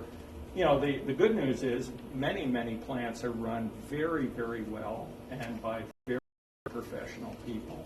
But there are always outliers, and unfortunately, when we start looking at 20%, 1 in 5 is good, except that it still means it's 20%. And then there's a lot of impediments. Why does that happen? As you get into smaller systems, they just plain don't know how to operate. They don't know how to manage. They don't know how to finance. They're like small businesses. They're learning, except they're learning with your help. And so it's a serious problem when we would enforce against small systems. Really what we were doing is giving them technical assistance. We come up with a plan to solve all their problems. Now this is how you actually collect a user fee. This is what you do with the money. This is an account, accounts receivable. This is an account, accounts receivable. So a lot of it's there. And then you have larger systems who do know better, who decide that it's too expensive, and boy, those treatment chemicals are really expensive. If we only used half as much, we would save money. And it's a sorry state of affairs that that's reasonably common out there. Also, we have the drinking water rules can be straightforward. In many other cases, they're very, very complex because we regulate in 2 different ways that's too hard to explain, but a reasonable person looking at it has a very difficult time understanding what they're supposed to do. And that's a challenge for all water systems. So, and I consider that's not a problem with the water system, that's a failure of the regulatory agency. And then we get into third parties. And third parties is a broad category because disgruntled employees have been known to contaminate water systems. They go turn off the chemical feed, they do things. Sometimes it's to say, well, without me there, you can't possibly run a plant. See, you're in violation now. And so they go turn off whatever was needed to be in violation. Unfortunately, it happens quite a bit. And then you have people who just come in and are destructive.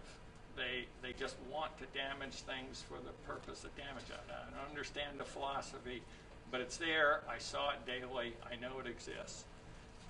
Political interference and financing, city councils who don't want to come up with money. It's a constant battle. You'd actually, when we go to court, we'd we'd ask a judge to drag in the city council and say, okay, here's what you need to do to comply. How are you going to do it? And you hope the court then makes it politically difficult enough for them so they get in the proper funding. And obviously we have terrorism as an issue, and I'll talk about that a little more. These are some of the terrorist threats to water supplies, and this is not an exhaustive list. This is just a few I remembered. But of course, you always have, you can go back in time for water wars. Various states fought battles over water rights. Luckily, we more do that in the courts these days. Virginia and Maryland had a fairly nasty court battle for a number of years on who owned the water rights to the Potomac, because the Potomac is owned by Maryland by the original land grant, but Virginia had pipes running into it to take water out for water supply, and ultimately the courts had to decide, going back to like 16 whatever, what the actual intent of whatever was. Ultimately, Virginia was allowed to continue to withdraw water. But we had one in New York City in 1748, going back that far, where there were riots and stuff on who got access to what water, because that water was cleaner or whatever.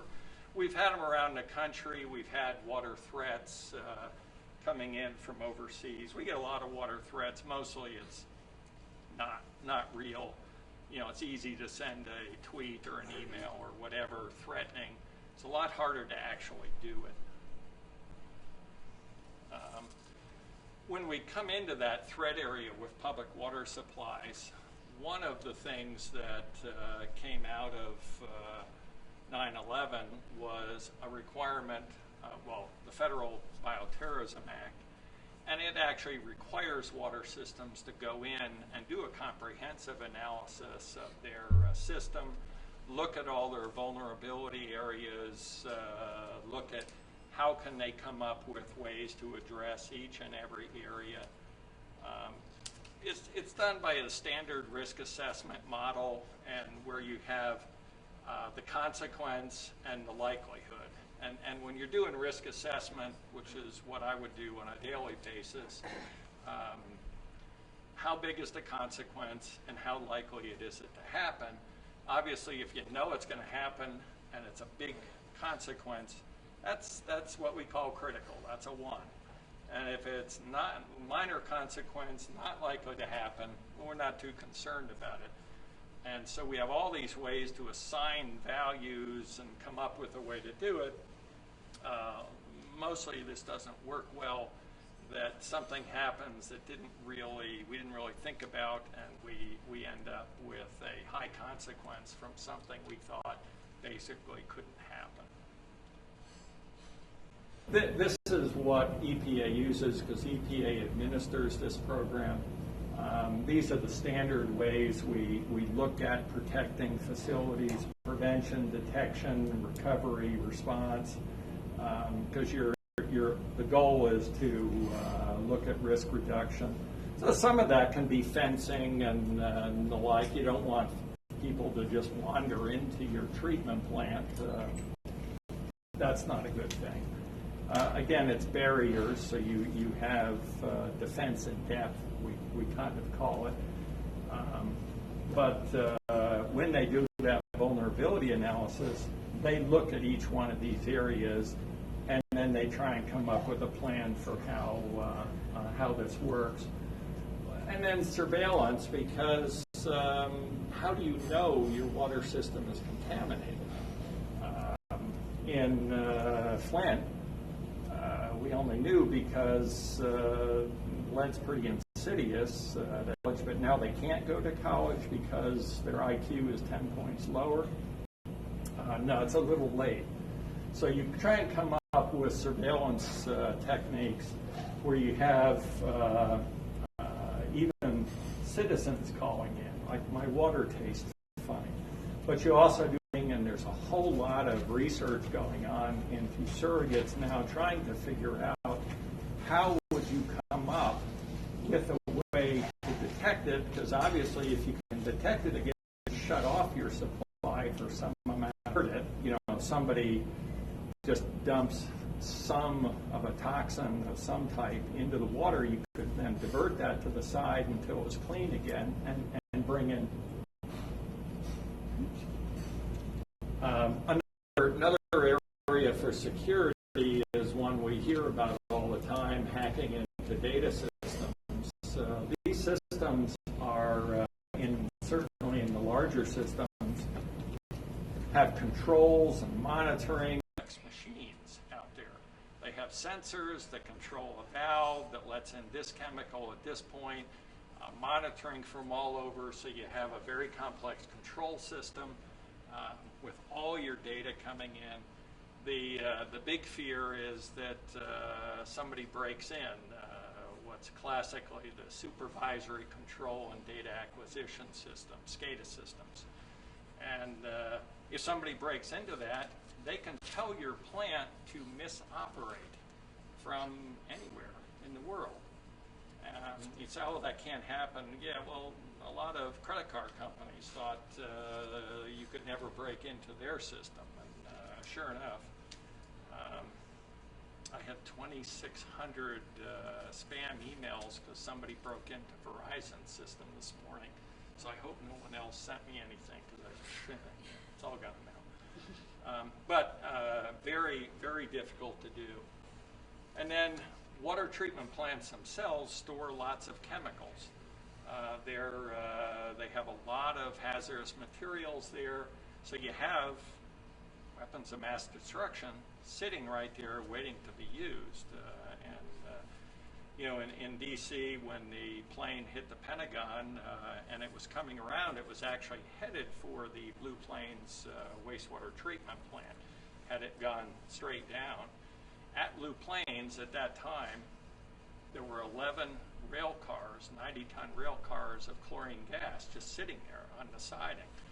And had the plane hit that, much, much worse. We don't even want to go there. They don't exist like that anymore. We've gone to chemicals that are less toxic, but it still is an ongoing problem and something that vulnerability analysis looks at. You know, you're balancing many, many things. These are somewhat complex programs.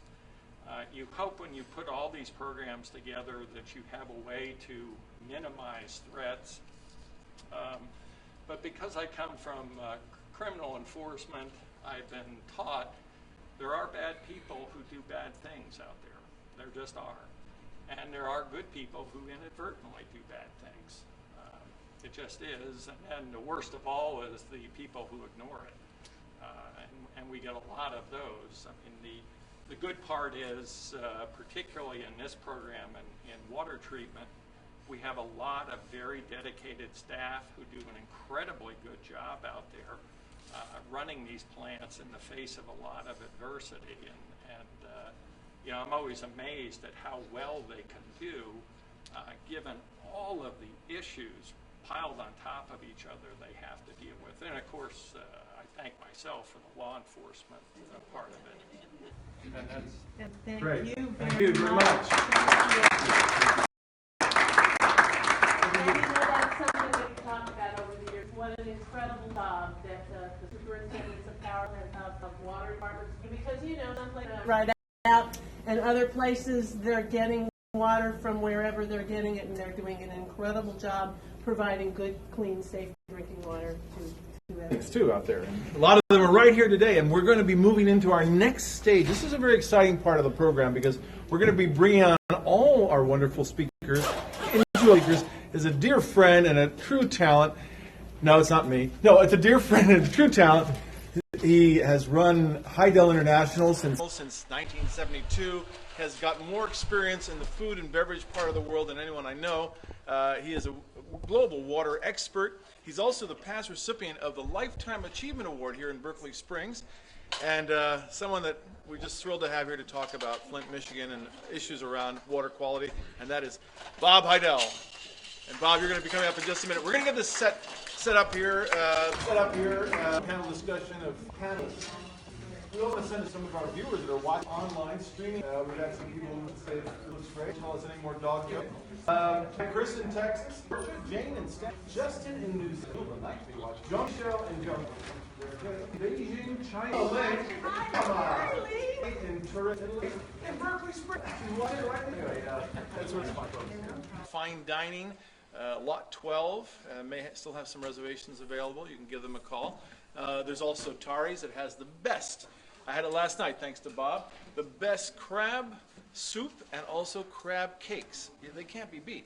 They're amazing. And right here at the Country Inn, they have a wonderful restaurant. Scott's their new chef, came from Panorama just up the street. And Scott is making some great things, including his chicken, I think it's chicken Curtis, which is chicken and mushrooms and cheese and ham and just a big smile on our faces when we have that. Right, and later tonight, the Bathwater Brew Pub and Lot 12. But are we ready? I think we're ready. We're ready. All right, let's bring all of our speakers from the afternoon, please. Yes, please come up and join us. We're going to get out the hot lights and shine them down on you and ask you really hard questions.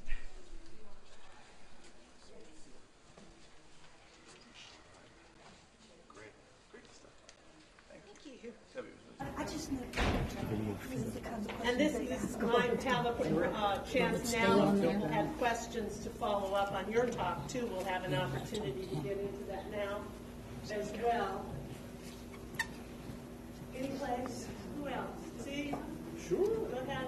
Yeah. Sure. Go ahead. Yeah. Is that it? We're ready? I think so. Cool. Yes.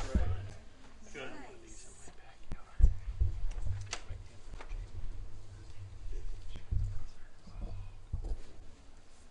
Well, good afternoon. I'm Bob Heidel, otherwise known as Henry to the state police. This panel becomes one of the most important aspects of these 3 days of getting together and discussing water here in Berkeley Springs. We have slowly turned it into a major educational process so that one of the most important things that is happening is it is being broadcast around the world, but it's also a resource and people who are studying water. It is not an academic program. It's not academic because what we are dealing with are real people doing real jobs that relate to real water issues. And our panel today you've been introduced to, so I'm not going to go through that again. One of the instructions from Jill Klein-Roan was that we should focus on how to help solve some of the issues we face. I think that was brought on by something I did last time, which was I gave a talk on the global water situation, and we work all over the world. I just spent 10 years in India working on water issues there from our consulting firm. And I wasn't very cheery about the global water situation, and somebody in the audience asked, well, do you have any good news for us? And I faked it, I leafed through my notes, and I finally looked up and I said, I'm afraid not. And actually, I didn't realize what a debilitating psychological depression overtook the entire audience. And I thought, I probably told the truth, but they just can't handle it. And so today we're going to be happy. If you like spills in Charleston, if you like lead in your water in Flint, and if you like living in Jackson, Mississippi, okay, it's happy news.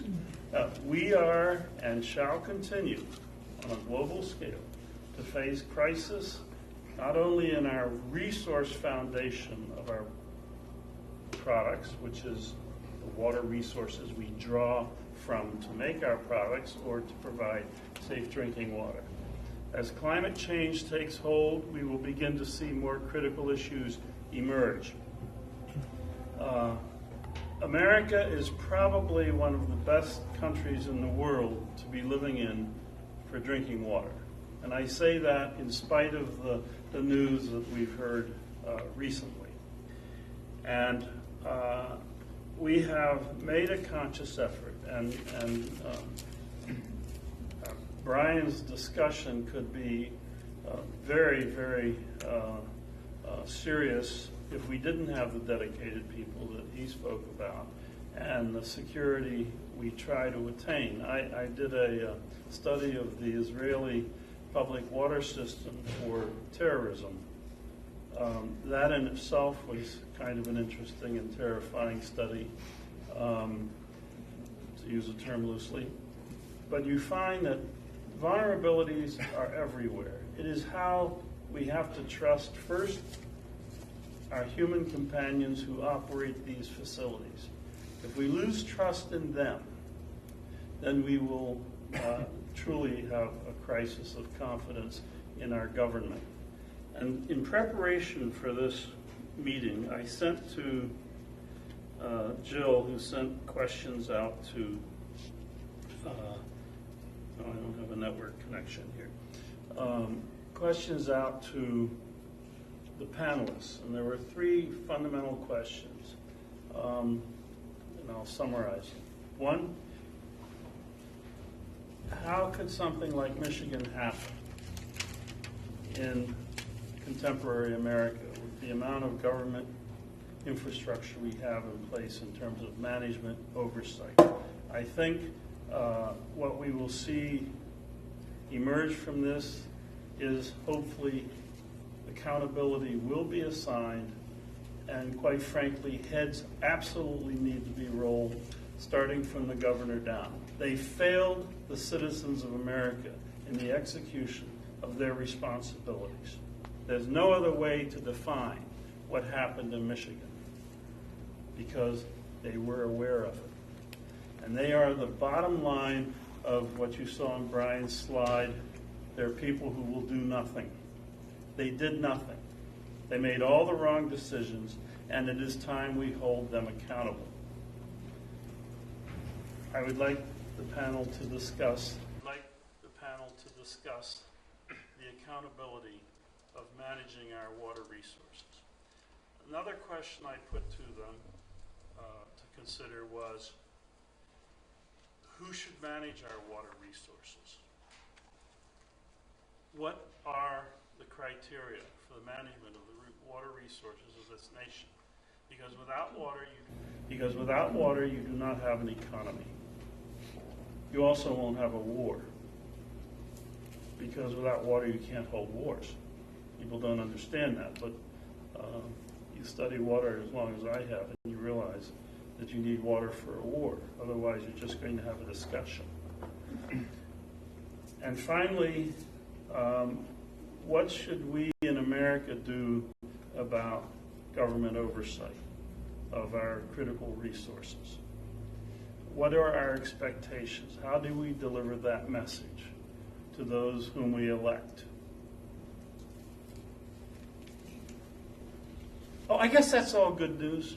So why don't we start with our first panelist, Debbie. And you may sit there, you can come up here, and I am done for the afternoon. I am going to go over there and cry. I can sit here. I don't feel that I am particularly qualified to answer some of the questions that you posed. My expertise is more in the bottled water industry, which I feel, as I mentioned during my conversation earlier, come into play when these tragedies occur with the public water systems. They're there to provide water to help the communities get through the crises. And being governed by the FDA, the regulations are very strict with regard to testing the water both at the source and in the manufacturing facilities. and most bottlers that I have ever dealt with are experts at making sure that they follow those FDA regulations. I was a 29-year-old superintendent of Cumberland, Maryland. And Cumberland and Annapolis, Maryland all recognized as Century Pipe utilities. It means the infrastructure was a formal ceremony done when Cumberland was in 1971. They recognized that they had a stamped piece of cast iron, which was leaded. You know, they would have been all lead joint cast iron that was installed. So you had to have an inspector stamp on one of your sticks of pipe, or you had a certified document from the historical archives that you had a piece of infrastructure that old. And it was a formal ceremony. It was the mayor and council came out, and everybody celebrated. They had a beautiful system that was 100 years old. It was very prestigious. Of course, when the lead rule came out in 1974, like I showed you earlier on my slide, it was in parts per million. And when they reauthorized the Safe Drinking Water Act, they dropped it to 15 parts per billion. And of course, when they did that, the lead and copper rule was all about collecting. It's called first draw sample. So you had to go out and collect a sample after the water set in the pipes all night long. And basically, you don't want any movement at all. The water temperature raises in your house, and then basically you collect your sample and then you analyze it. Well, unfortunately, I had more lead services in Cumberland besides Baltimore than any other system in the state. I had thousands of lead services, and it was a 90% cast iron system that was built in the 1890s to 1920s during the boom. It was the second largest city in Maryland until in the 1950s. It was the Queen City of Maryland. At one time, 50,000 people worked in that city. It was unbelievable. It was unbelievable. It really was. We had a water plant that would put the water out in those days. Still the largest plant in Western Maryland. Most people don't know the history of Cumberland, but so I failed the lead rule when we did the collection in the just like Flint, and because we got our water out of the Bedford. I don't know if you've ever been to Cumberland, but it's Lake Coon and Lake Gordon. We had man-made lakes. The river is too polluted to use the Potomac because of the Loop Mill. The Cumberland built their water system in the 1800s, and these two man-made lakes bought property. They formed a separate corporation and brought the pipes in to supply this massive industrial city. And again, I failed the rule. So Governor Schaefer put me on his lead task force. I was the only one on at the time that basically represented the water side. Everybody else was there on lead abatement. Houses that had lead paint was a huge issue. Lead dust in the homes. So it was complex. So I looked at the soils in Flint when all this occurred, when I knew I was going to talk about this. They have some of the most aggressive soils in Michigan, acidic soils. It doesn't hurt the concrete, that particular soil type they have up there, but it really destroys metals. And I'm sure when they went back to the Flint River, it's a very corrosive water that comes out of these colloids and these soils, and basically it's a lower pH. And it was obvious, that the state didn't do their job hand in hand, working with them as they blended this different water together. So it was really like Henry said earlier, this was a state issue that allowed this to occur. So the state regulatory folks basically should have known better when they went off Detroit's water, when the chemistry was buffered like it was for because Detroit's got one of the largest water plants in the United States, a 1 billion gallon per day plant. They have interconnects with like 200 smaller systems that resell their water through distribution systems. Again, Flint, I looked it up on the Century, they're not even a Century Pipe community. Most of their infrastructure was put in 1920, 30, 40 when they had the population boom, just like Cumberland, you know, a lot of the population. But so all their galvanized lead, because of these aggressive soils, is gone. It's not there, like Cumberland. I had acidic soils in Cumberland. It's in the Triassic formation. The galvanized pipes were gone. I replaced them with copper, you know, to the property line. It was so it was interesting to hear the so a lot of the issue. It sounds like the mains would have been tapped. This is what is that on the main that causes the problem.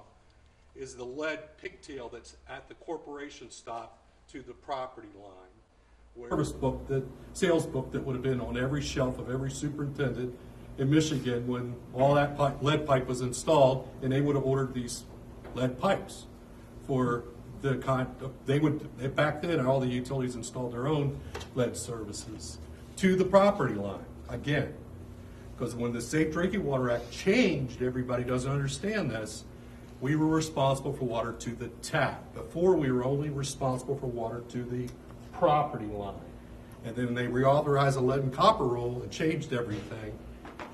So my colleague in D.C., he was one of the ones that basically, you remember the lead issue in D.C., everybody remembers that. They had 35,000 lead services, premier water system, all the cast iron was brought in from Europe, beautiful system. Meeks designed it during the Civil War. And then you see this utility get pounded. It's got a federal water plant. The federal government runs the water plant in D.C. They had an issue with the phosphates. The lead leached out. Overnight, they basically went, it was on the front page of the Washington Post, day in and day out for several years. So D.C. had the most aggressive lead replacement pipe project in American history. They replaced $100 million worth of those lead services from the main to the property line. But the homeowners have only, it's only like 16% of the homeowners have replaced their lead solder and their lead galvanized pipe in the houses in DC. You have to understand it's a gray area because of where the property line is, what the utility is responsible for. But we are responsible for water to the tap for the chemicals that we treat to form the inhibitors, which basically, this is ideal. This is a lead bullet from the Civil War, and you can see the patina on it, right?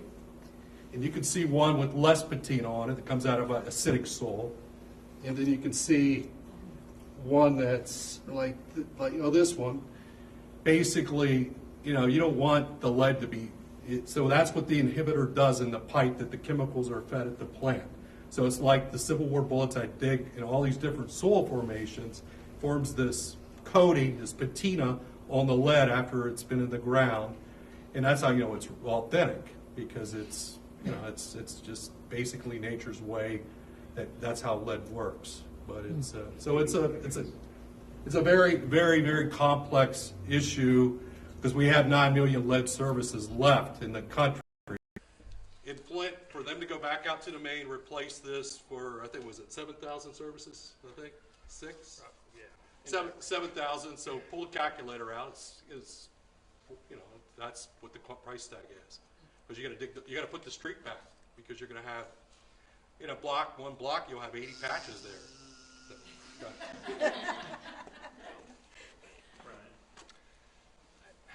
I think hindsight is always 20/20. But when EPA regulates under the Safe Drinking Water Act, public water supply, it has a choice. Does it want to set a maximum contaminant level, or does it want to set a treatment technique? And inside the agency, it was very controversial to take lead, a known neurotoxin, and regulate it secondarily with a treatment technique, and a treatment technique that's reasonably complex. There are a lot of issues associated with coming up with a real MCL for lead. There are control issues, who owns what. All that would have had to be worked out, and it's also very expensive. It's very expensive too, because you not only have lead service lines, but you also had a lot of internal fixtures that had lead in it. Actually, at the time, sort of the more expensive the fixture was, probably the more chance the expensive brass fixtures had a lot of lead in them. Brass fixture, lots of lead. The agency ultimately, in their infinite wisdom, decided to go with a treatment technique, and I think as a societal cost, we're paying for that now. It was going to be expensive, but it's very expensive to track children who are now going to be impaired for life. And we just see it in Flint. It's happening in other cities. This rule is not set up to make sure that children aren't contaminated with lead. And when you do that analysis and you're monitoring for it, it's very difficult to come up with representative data for your system. When a number of the engineering is the single most important factor in complying with the lead and copper rule. And you think, well, it would be to get lead out of it. No, coming up with a good monitoring plan. Because how you monitor in the way the rule came up with the protection. So as a society, who pays those costs is very, very difficult because they're very high. Very difficult because they're very high. Years ago, and over 25 years, because obviously you don't want to put all those costs on a local town that just happened to have lead service lines. You want to come up with a plan that, as a society, we want to spread those costs around a little bit, either through grant money or low-cost loans or something else that cities, through really no fault of their own, since that was standard technology. And as a matter of fact, one large city in the Northeast, up until the mid-'80s, was still requiring lead service lines. You weren't allowed to put in anything but a lead service line as a homeowner. So you had to put it in. You had to put in a line that was ultimately going to contaminate you. Going back, and it's never too late, although it pains me to be 25 years later and we still have this going on. However, I don't want to be, well, I would like to be sitting here 25 years from now, but I probably won't be. But we don't want, as a society, to be another 25 years of having lead contamination going on, particularly as we found out it's not the immediate acute effects. It's the long-term chronic effects on kids, IQ, and it's almost a direct correlation. Even at the very, very low levels, you lose IQ points. It might only be 2 or 3, but as a society, how do we afford that? And that's why I think going back even now, changing the rule, working out the issues, that there are complex issues, working them out and figuring out a way that we can get the benefit of this is really the only approach. That and the city and or the state officials responsible for this, it was very predictable.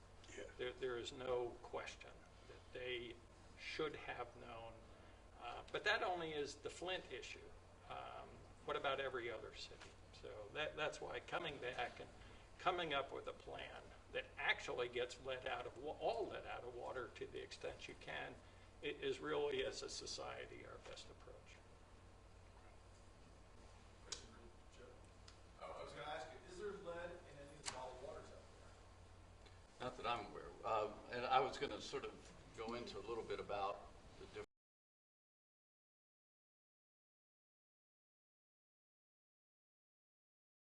different. I'm in special knowledge about that, but I can tell you that once again, the bottled water industry has stepped forward to try and be there always when we're needed, whether it's hurricane, flooding, wildfires, whenever there's a disaster, natural, man-made, the bottled water industry steps in and tries to provide safe, clean drinking water for those who are affected, the victims. And so our members have in Flint, like we have with Hurricane Katrina, and with many other incidents, the Toledo, and on and on. Our members so far, I think that we know about, have already delivered over 2 million bottles of water to the residents of Flint. So we take very seriously our role in that. Although I have to say there's a related issue there, and that is that there are a lot of people who suggest that bottled water should only be available in times of emergencies. This is some position that some people have, but obviously that cannot work. For the bottled water industry to be there when it's needed, to be there for Flint, to be there for the hurricanes, we have to have a viable commercial business going on throughout the year, because if you don't, ready for those times when we have emergencies.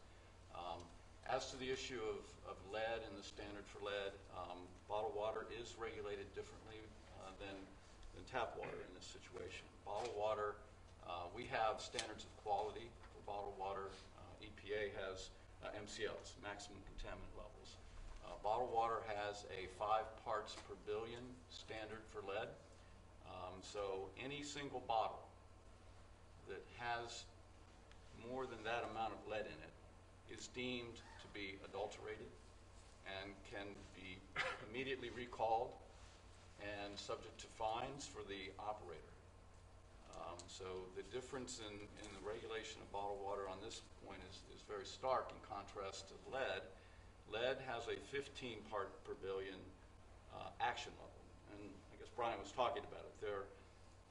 When there is a elevated, it's my understanding, determine that the lead amount is elevated in a particular area, they have to take mitigation treatment. But the water still flows. And that's the difference between bottled water. If it were to ever be found in bottled water, that water is recalled immediately.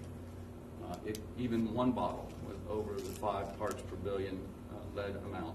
And I've never been aware of any bottled water that has been in violation of FDA's 5 parts per billion standard for lead for bottled water. Right. Lead for bottled water. Right. Lead for bottled water. Right. You're right, Joe. There's been no violation of that. There's also another distinction. Ours is absolute. The public water supplies are averaged over a period of testing. And go ahead, Brian. Yeah, no, they're both average, but you never want to forget that it's not all samples. You could have a sample of 100 parts per million if it were in less than 10% of your samples, and you would still fully be in compliance. Right. No action. I couldn't take any action other than an emergency action, which I would have to do, notwithstanding they're in compliance with the law. So the law is the problem.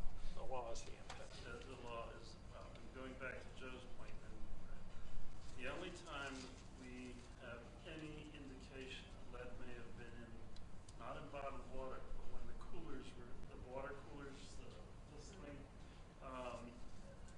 had lead solder in the early days of the cooler manufacturing. And we did catch that. And that's when we changed everything in the cooler. The industry just said, that's it, no lead, and they had to change how they extruded pipes and connected them, et cetera, et cetera. So go ahead. And another issue that we've been asked about in the bottled water industry as well, a lot of your water is now sourced from municipal sources. So what about situations where your water's coming from a municipal source that might have elevated? The answer to that is that if a bottled water is a purified water, and 99.9%, I've never known a bottled water that comes from a municipal source that isn't purified. It's just, they all are.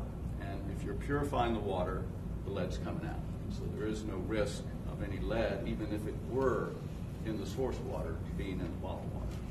So that's another thing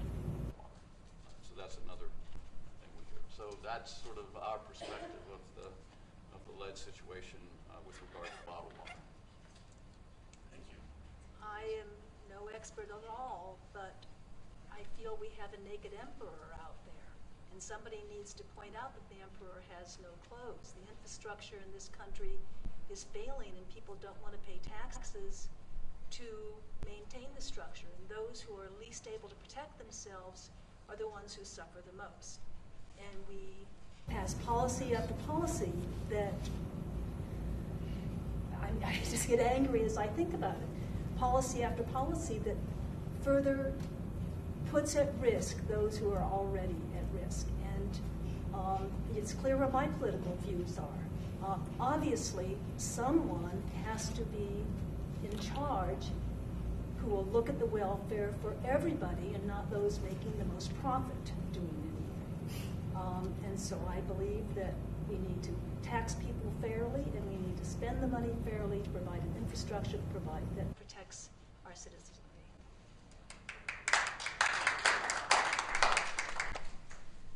I was just thinking of the state legislature being in session when the Charleston crisis happened, and they were able to pass a law that, solved some things that they thought were wrong. And they have required the water suppliers to develop, and that is theoretically involving the public. So for all those suppliers that have to do that, I think that's been a very helpful thing that kind of, you all are kind of talking more like the federal regulatory level, I think, so this kind of brings it down to the next level, the state, and then the local people that decide what to do about threats to their drinking water. So I just think getting more people involved in that process and updating those plans frequently enough will be very helpful. Might not catch some of the things that happen in Flint, but it would probably help. With. I'm going back to the podium. I'm used to giving sermons. I could say something. I think that comes back to my goal for this seminar was, what can we do? And we can't just sit around and wait for the government to decide, because that needs to happen. So we really need to take action on the local level and the community level. That's where change is going to happen, not just in water, but in everything. Because, we all know the system is broken, so we need to take care of ourselves. And I think people are realizing that and stepping up to the plate and doing more to take care of themselves and their communities. Well, they say all politics is local. We're going to have session now for questions from the audience. I'd like to, on the bottled water side, just to have a clarity, our testing protocol sequence is also quite different. We have to test each product that goes out of the plant mostly on a daily basis. And then our water source is done to FDA food standards annually unless we identify an issue, and then it's done until that issue's gone. And so we're under a much more stringent set of testing as a bottled water industry. But most of us in America don't drink bottled water. We drink public supplies. And one of the questions, I'm going to open this to the audience. I'll save a question for later because mine are like bombs. May I have some questions from the audience? You've got to have questions or comments. I have one question for Mr. Doss and two for Mr. Moss.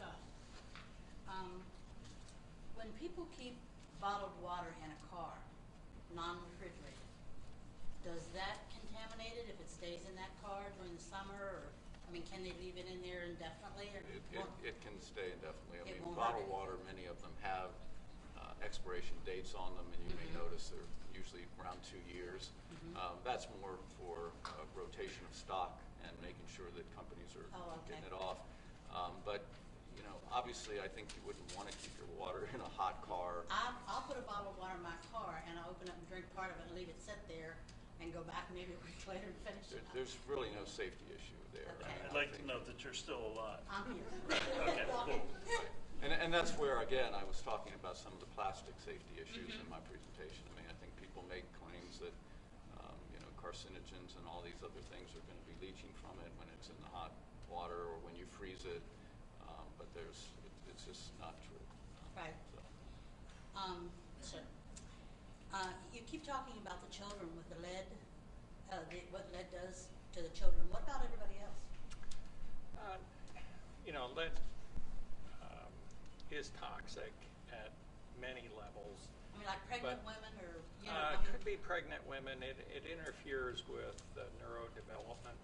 So in the simplest terms, like the number of synapses that you have, the number of connections in your brain sort of defines how intelligent you are. If you have more connections, you can utilize your brain better, you're more intelligent. Fewer, it interferes with setting up those connections. So the longer they drink it, the worse they're going to get? Or Yes, and the younger you are. And it's cumulative.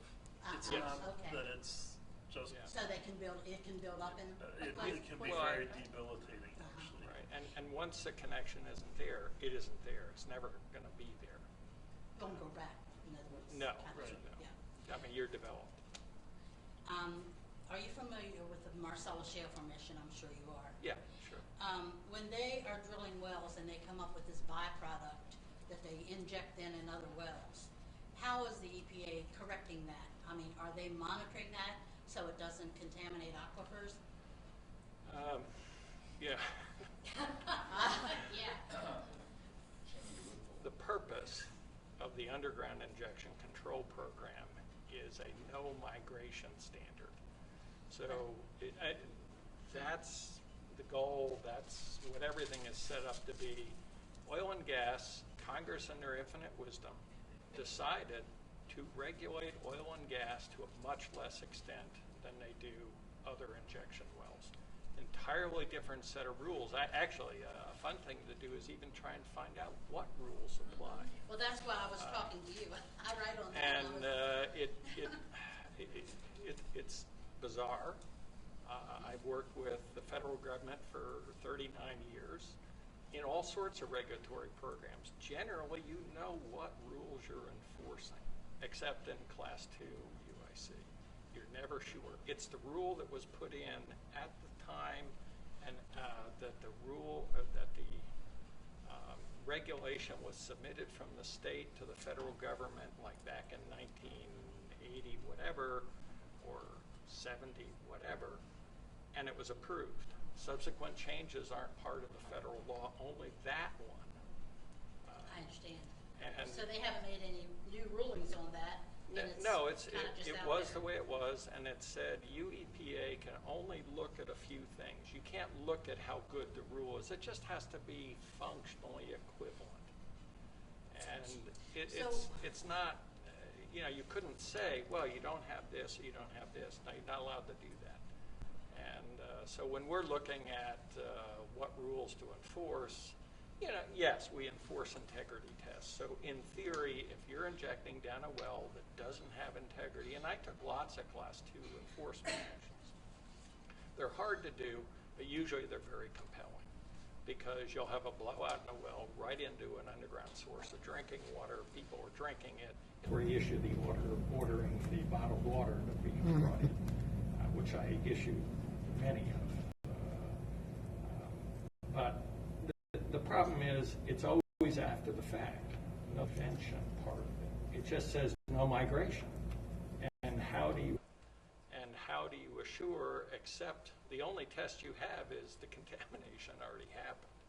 So you don't know ahead of time, and preventing is very, very difficult. So how do we hold the EPA accountable?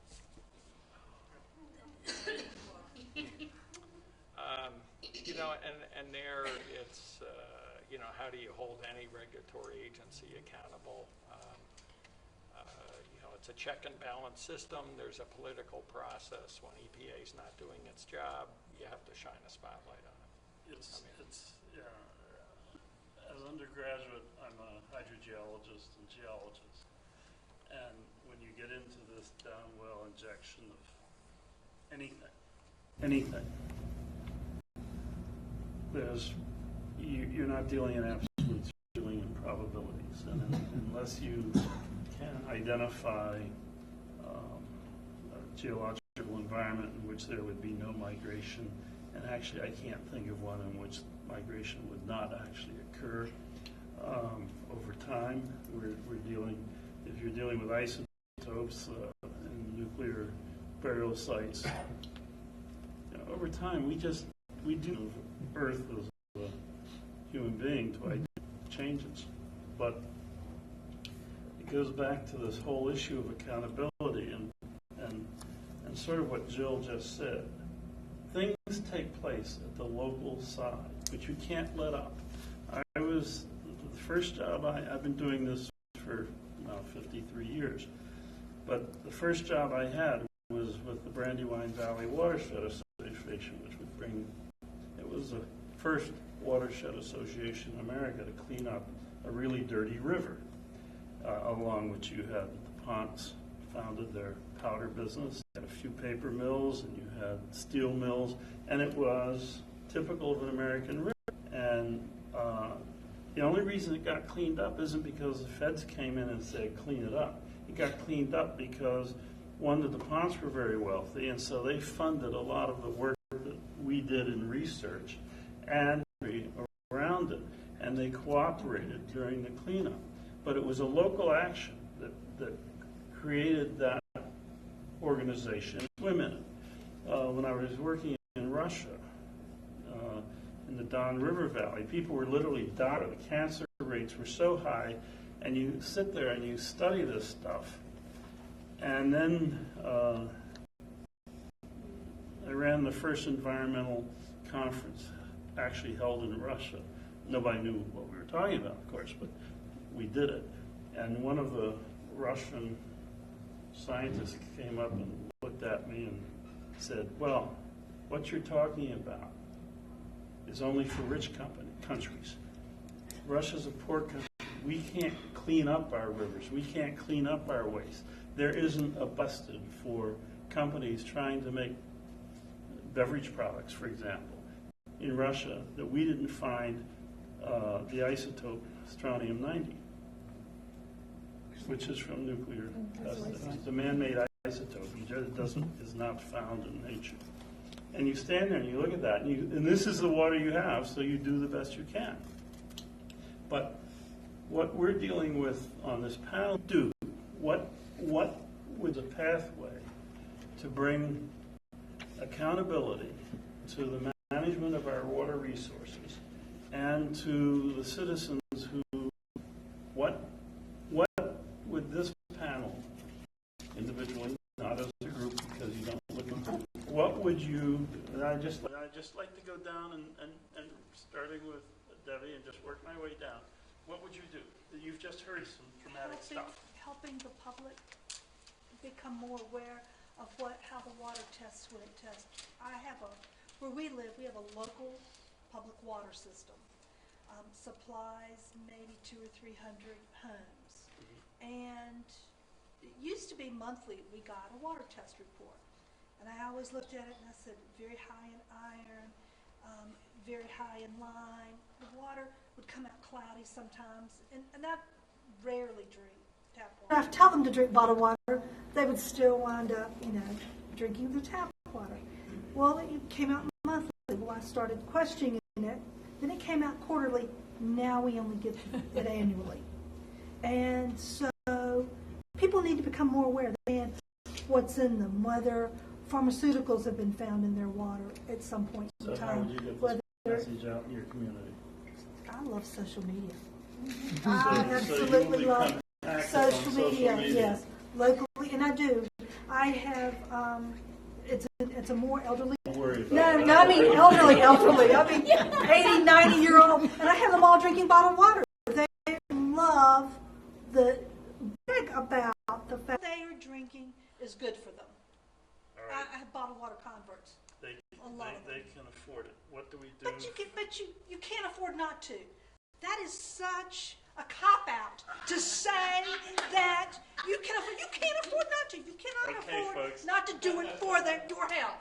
That is absolutely you can't afford correct. Not to. But now, some of the theme that went through this conversation is, this is a biblical event, by the way, because what we have done by the behavior that we have accepted from our government, we have said that the human being is worth X, and that health is worth X, and that enforcement is worth X. And if we can regulations, then we have an arena.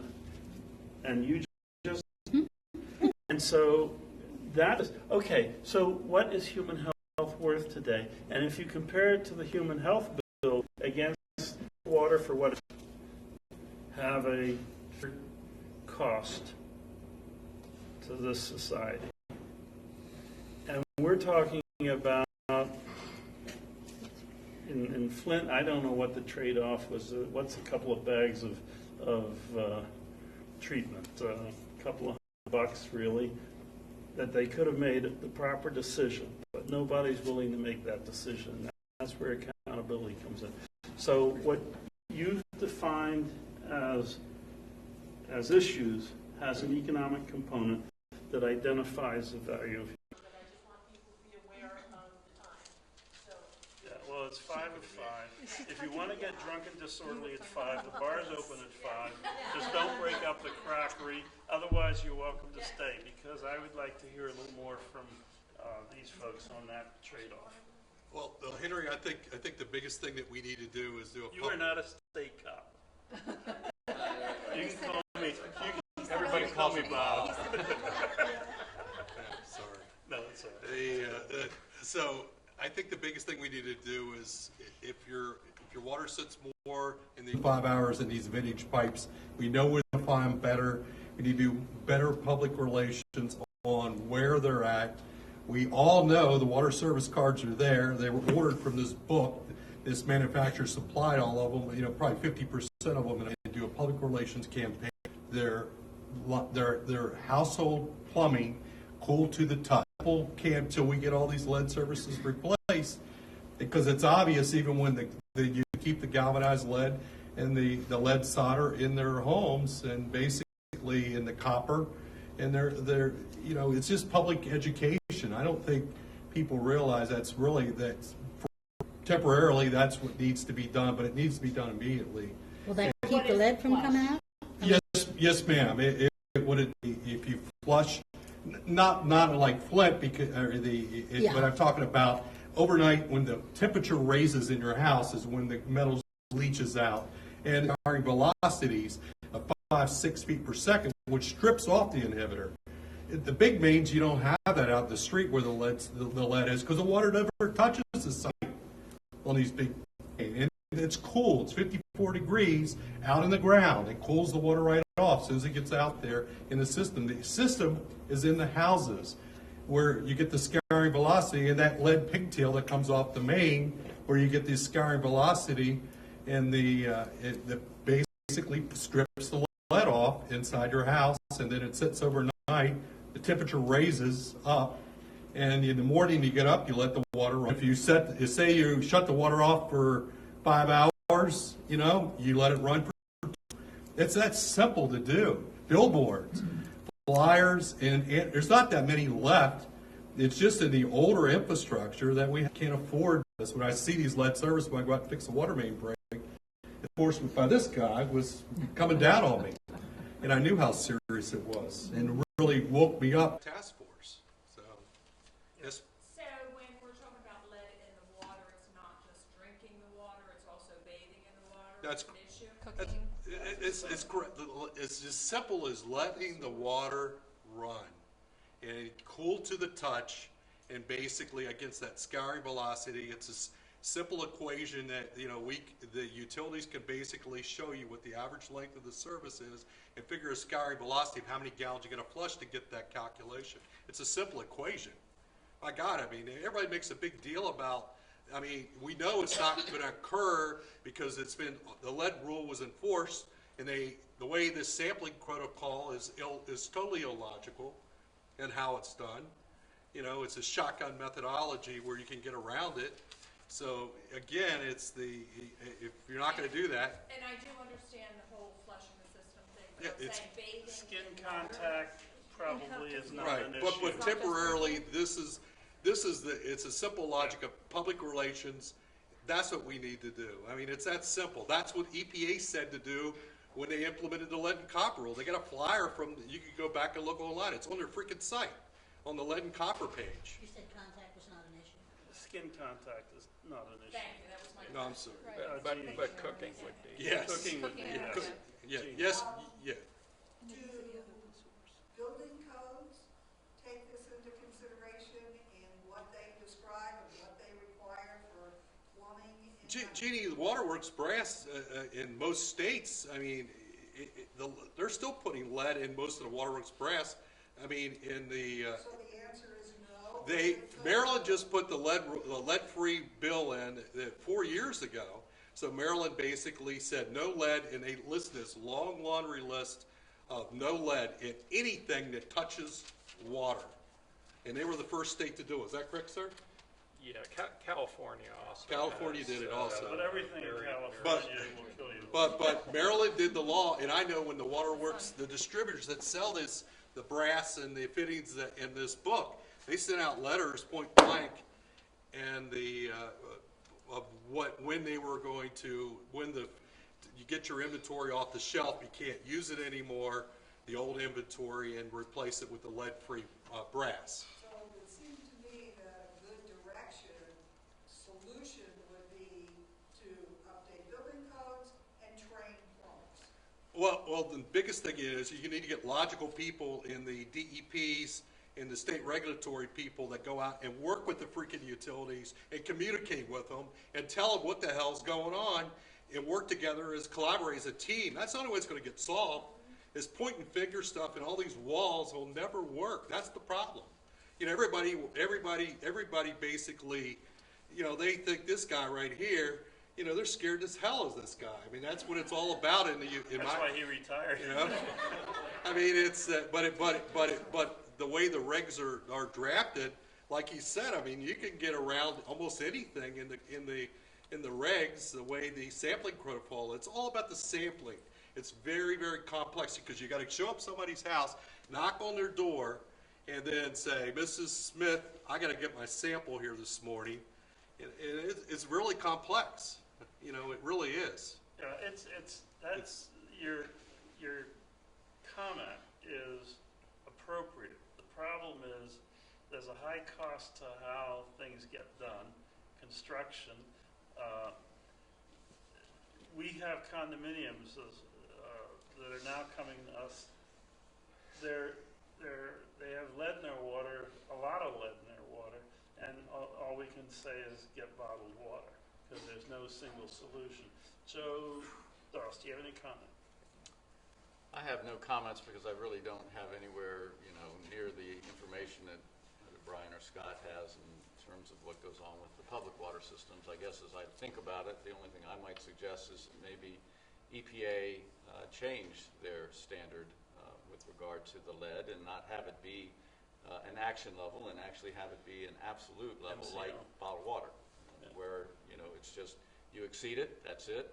You have to fix it before you can have that water go out to consumers. I mean, that's what the rule is for bottled water. If you exceed the 5, you got to bottled water gets recalled, and you don't bottle anymore until you've fixed it. Yeah. But to give you an idea how difficult the problem it is, in Washington, at the EPA headquarters building, in the enforcement wing, you can't drink any of the water. You may not, you know, not for potable use because it's all lead contaminated. And it's primarily lead contaminated because the building, which is actually the new post office building next to the old post office building, was built in the 1930s, and they used all very, very expensive brass piping. Sure. It was built to last a millennium. It has a tremendous amount of lead in it, and they would have to. It's all historically protected, and they can't rip it out. So suddenly you have, well, wait, you have to rip it out, but you can't rip it out because you can't get through the historical. Yeah. So they have to have the signs Historical there, Commission which, is by the drinking. way, is absolutely illegal. You can't just have a sign. You actually have to fix it. But DC has a way around that. They don't monitor there. They what? They don't monitor No, there. the EPA does not monitor itself? Oh, no, because we're just a part of the DC water system. So they don't want to monitor our area because they're going to find it. So we have to have the signs up, do not drink this water, it's contaminated. And literally in every bathroom there's a sign. This was true with the schools. Remember, that's where it broke free when the professor from Blacksburg Virginia Tech. became Edwards. Gary From Virginia Tech? from Virginia Tech. He brought it to a head. And it was not only that, but the testing does not require them to test for solids. Lead in solution is one thing, but a lot of this is in solids, which compounds the lead poisoning that you get. And they don't have to report that. What do you mean it's in solids? Bits and pieces, chunks of lead. They're microscopic. The actual lead is in the... Yes. Like lead flakes. Gets in your aerator. It lays in your aerator. So if you don't clean your aerator out once a week, if you're plumbing, it just lays in there. Plumbing, it just lays in there and Like a sediment. Like a sediment. Yes, ma'am. It's like yes.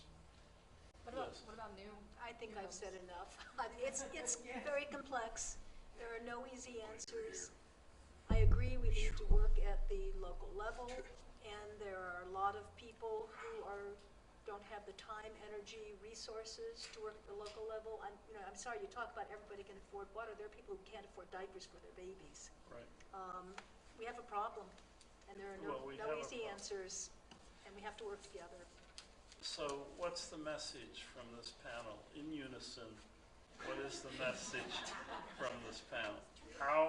What is the first step that needs to be taken to change how we manage our water supplies and our water resources? What is the first step?